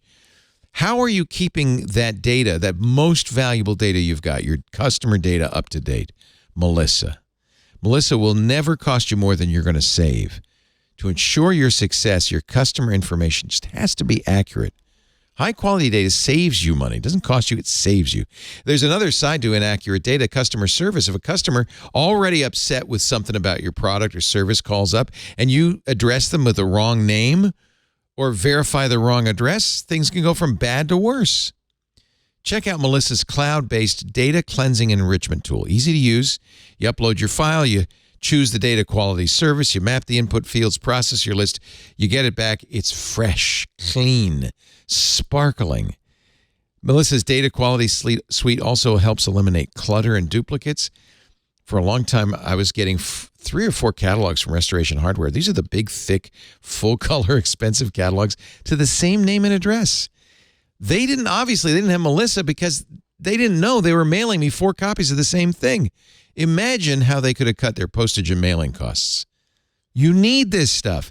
Batch address cleaning, process an entire address list for accuracy and completeness. You can do name verification, parse and standardize first and last names.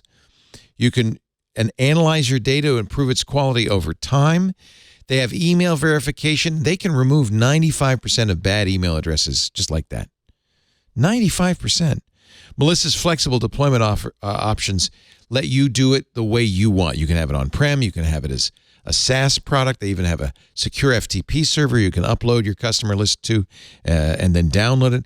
They've got an app on iOS and Google. It's called Lookups. It'll let you search addresses, verify social security numbers, access detailed property data, and more, and all at your fingertips. And the thing that you got to know is Melissa cares about that data as much as you do. They protect your data.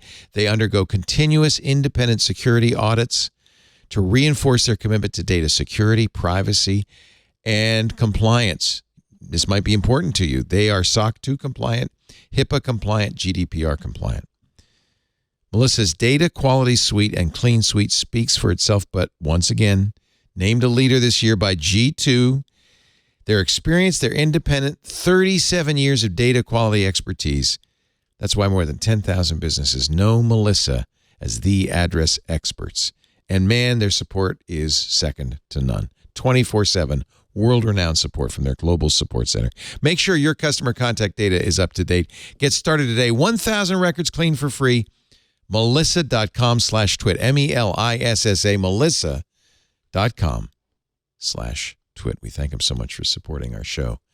And if you're in the need of data, address cleansing, data cleansing, please do me a favor, check them out and use that address, melissa.com/twit. We had a great week this week on the shows. In fact, we've made a little mini movie for your delectation. So this is the Oculus Pro. See? Whoa! Yikes! Oh my God, I'm terrified.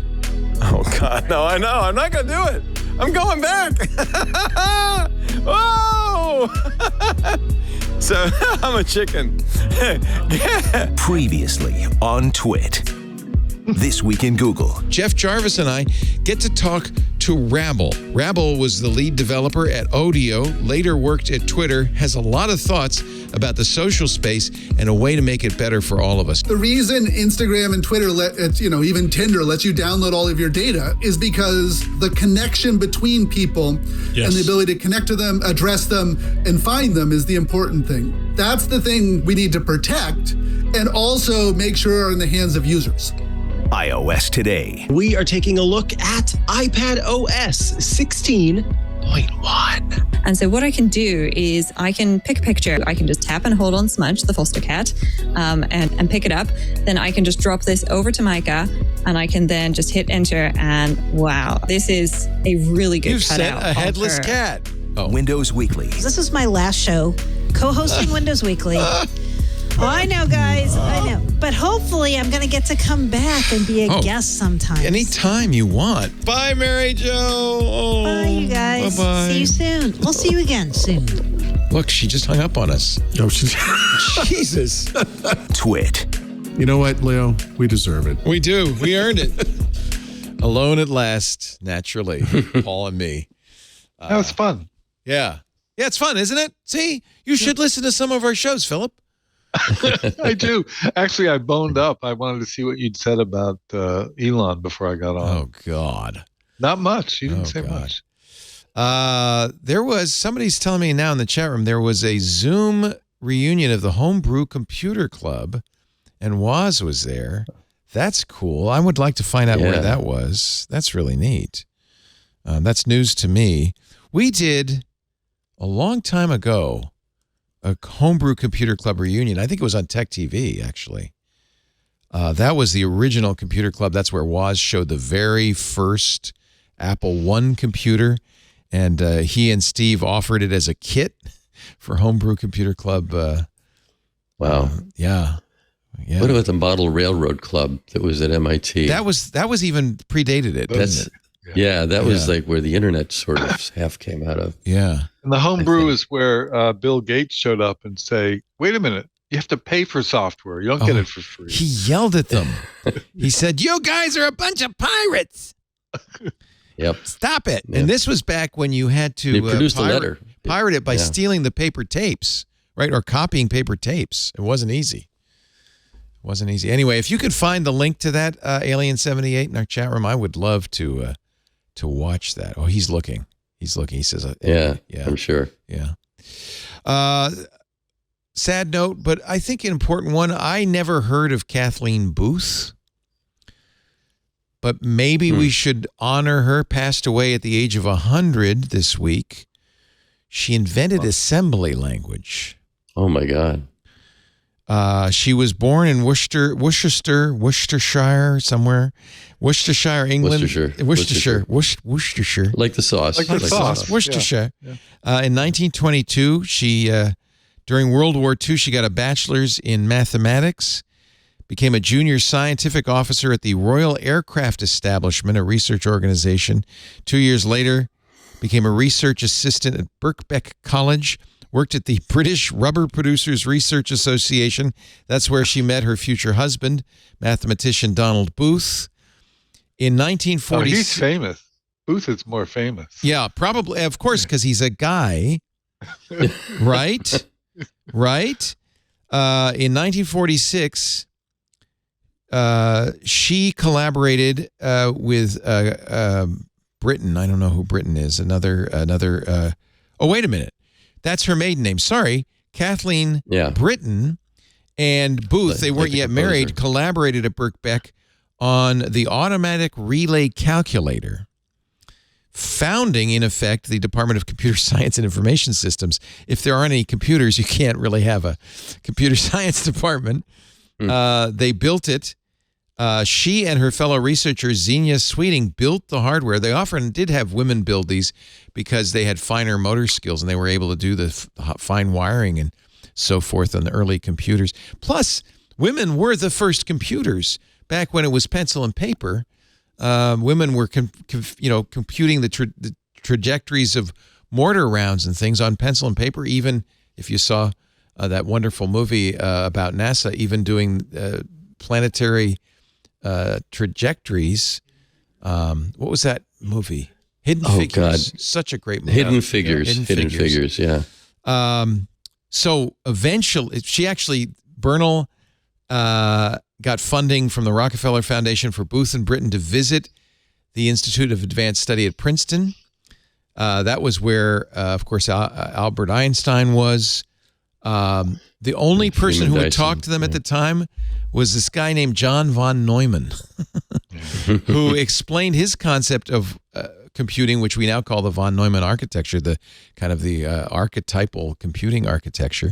They heard this and said, went back to Britain, redesigned their calculator as a von Neumann machine, inventing the first drum memory. In 1948, they moved on to this next generation, the third generation, the simple electronic computer, and then the all-purpose electronic X-ray computer, or APE-XC, later sold as HEC by the British Tabulating Machine Company. There it is. There's a HEC with Ray Bird right there. She married Booth, became Kathleen Booth in 1950, got a PhD in applied mathematics from the University of London. They built the hardware. She wrote all the software for the ARC-II and the SEC machines, in the process inventing what she called contracted notation. We know it better now as assembly language, writing at the level of the actual processor. She also invented asynchronous operation in a book she wrote in 1958 called Programming for an Automatic Digital Calculator, one of the first programming books written by a woman. We talk so little about the women who were so important to the early days of computing. And I had never heard of Kathleen Booth, but I think we should, on her passing, mark her really amazing contributions to the science. 100 years old, Kathleen Booth, one of the last of the early computer pioneers. May she One story about John von Neumann, who was Hungarian. He didn't think that we should be afraid of nuclear power, and he was invited to watch the bomb go off, and he actually exposed himself purposely to the radiation. He flashed the flash? And died of cancer. Yeah, he did. Much later, not immediately. Yeah, well, 1957. Yeah. He died at age 53. Yeah, but he worked on the Manhattan Project. I just read a really good book about him. They didn't mention him flashing the bomb. Wow. So it cost him. What was the book I just read? It was You really, read a whole. Maybe I'm wrong. No. I think they probably thought that was maybe a little too salacious of a detail. The book actually was only about half about John von Neumann. It was mostly about his era and the Hungarian geniuses who, came out of Hungary pre-war, who were really massively important to everything that we know of as modern physics, modern computing. The book was by Ananyo Bhattacharya called The Man from the Future. And I highly recommend it if you haven't read it. And since you sound like you're interested in John von Neumann and his genitals, you might want to read this. Genitals? Well, what did he flash? Is that all he exposed? What else did he expose? I had not heard that. His body. His body. Well, he didn't take off his clothes. He just stood there. No. Oh, I thought he flashed him. No, I thought he had a raincoat and did like this. Oh, he had his lead line raincoat that he could open up. Amazing genius. I mean, a brilliant mathematician. And the John von Neumann architecture, the von Neumann architecture is how we compute these days. He was the guy who thought of stored memory, programs load from stored memory into RAM. None of this existed. Run in RAM. He thought about that whole thing. That's the architecture we know as modern computing. So anyway, what else you got, Leo? That's it. I like to end with obituaries because, as you know, as we get older, those are the things that tell us we're still alive. Somebody once told me that every morning I think George Burns said that. Every morning I get up and read the obituaries. That's how I know I'm still alive. That's a good joke. Good line. Philip, great to have you. PED30.com. Good luck with your political career. Are you going on perhaps to the state? No. I've had enough. Counselor Elmer. Really good to have you on the show. I really appreciate it. Thank you. Thanks for inviting me. Yeah, always a pleasure. And thank you for that little trivia about John von Neumann. We'll have to search for the facts now. See what those are. I'll tweet it. There must be some. That'll make it canon. We'll just tweet it. Thank you so much, Doc. You were just saying in the chat room that you'd been on Tech TV with us I was on with you, and I was on with Dvorak. But why am I blanking at Locker Gnome? Chris Perillo. Yeah, on Chris Call Perillo. for Help. Yeah, Chris Perillo. Yeah. So what did you talk about when you were on? I have no idea. Probably Clue Train. Clue Train. By the way, I'd rather plug the more recent book, which is the Intention Economy. I wrote that one myself. That is not a bestseller. Screw Weinberger. Yeah, let's screw him.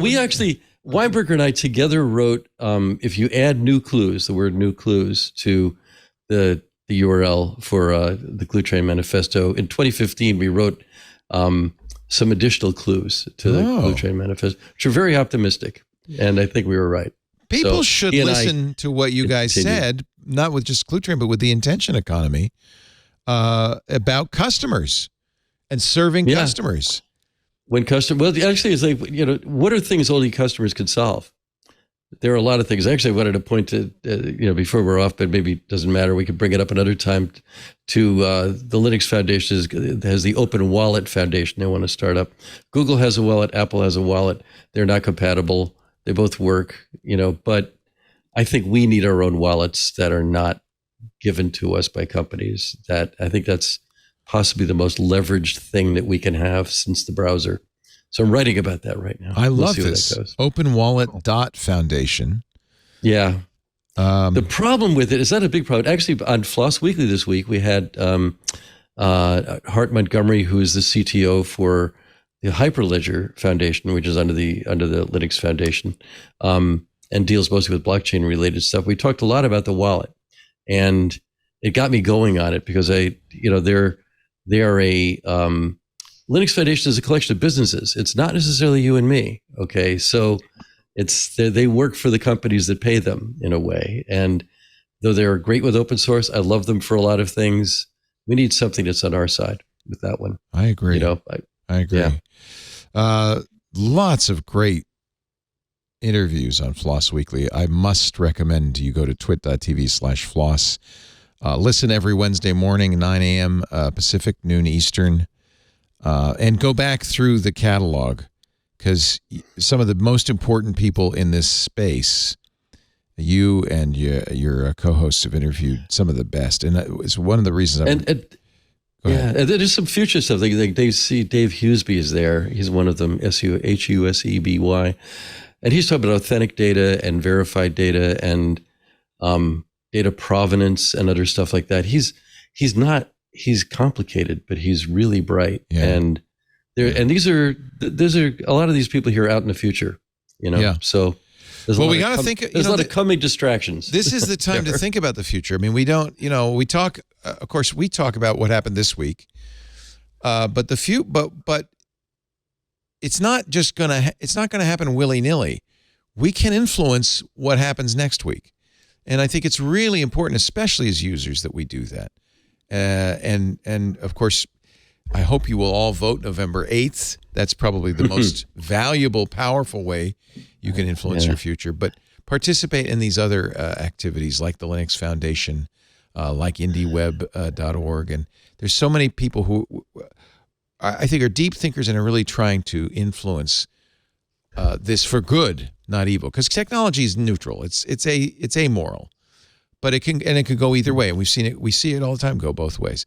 It's important that, if you care, that we influence it in the right way. And that's why we talk so much about Elon Musk. Thank you. Thank you, Doc. Yeah. Thank you, Philip. Thank you, Devendra. Thank you.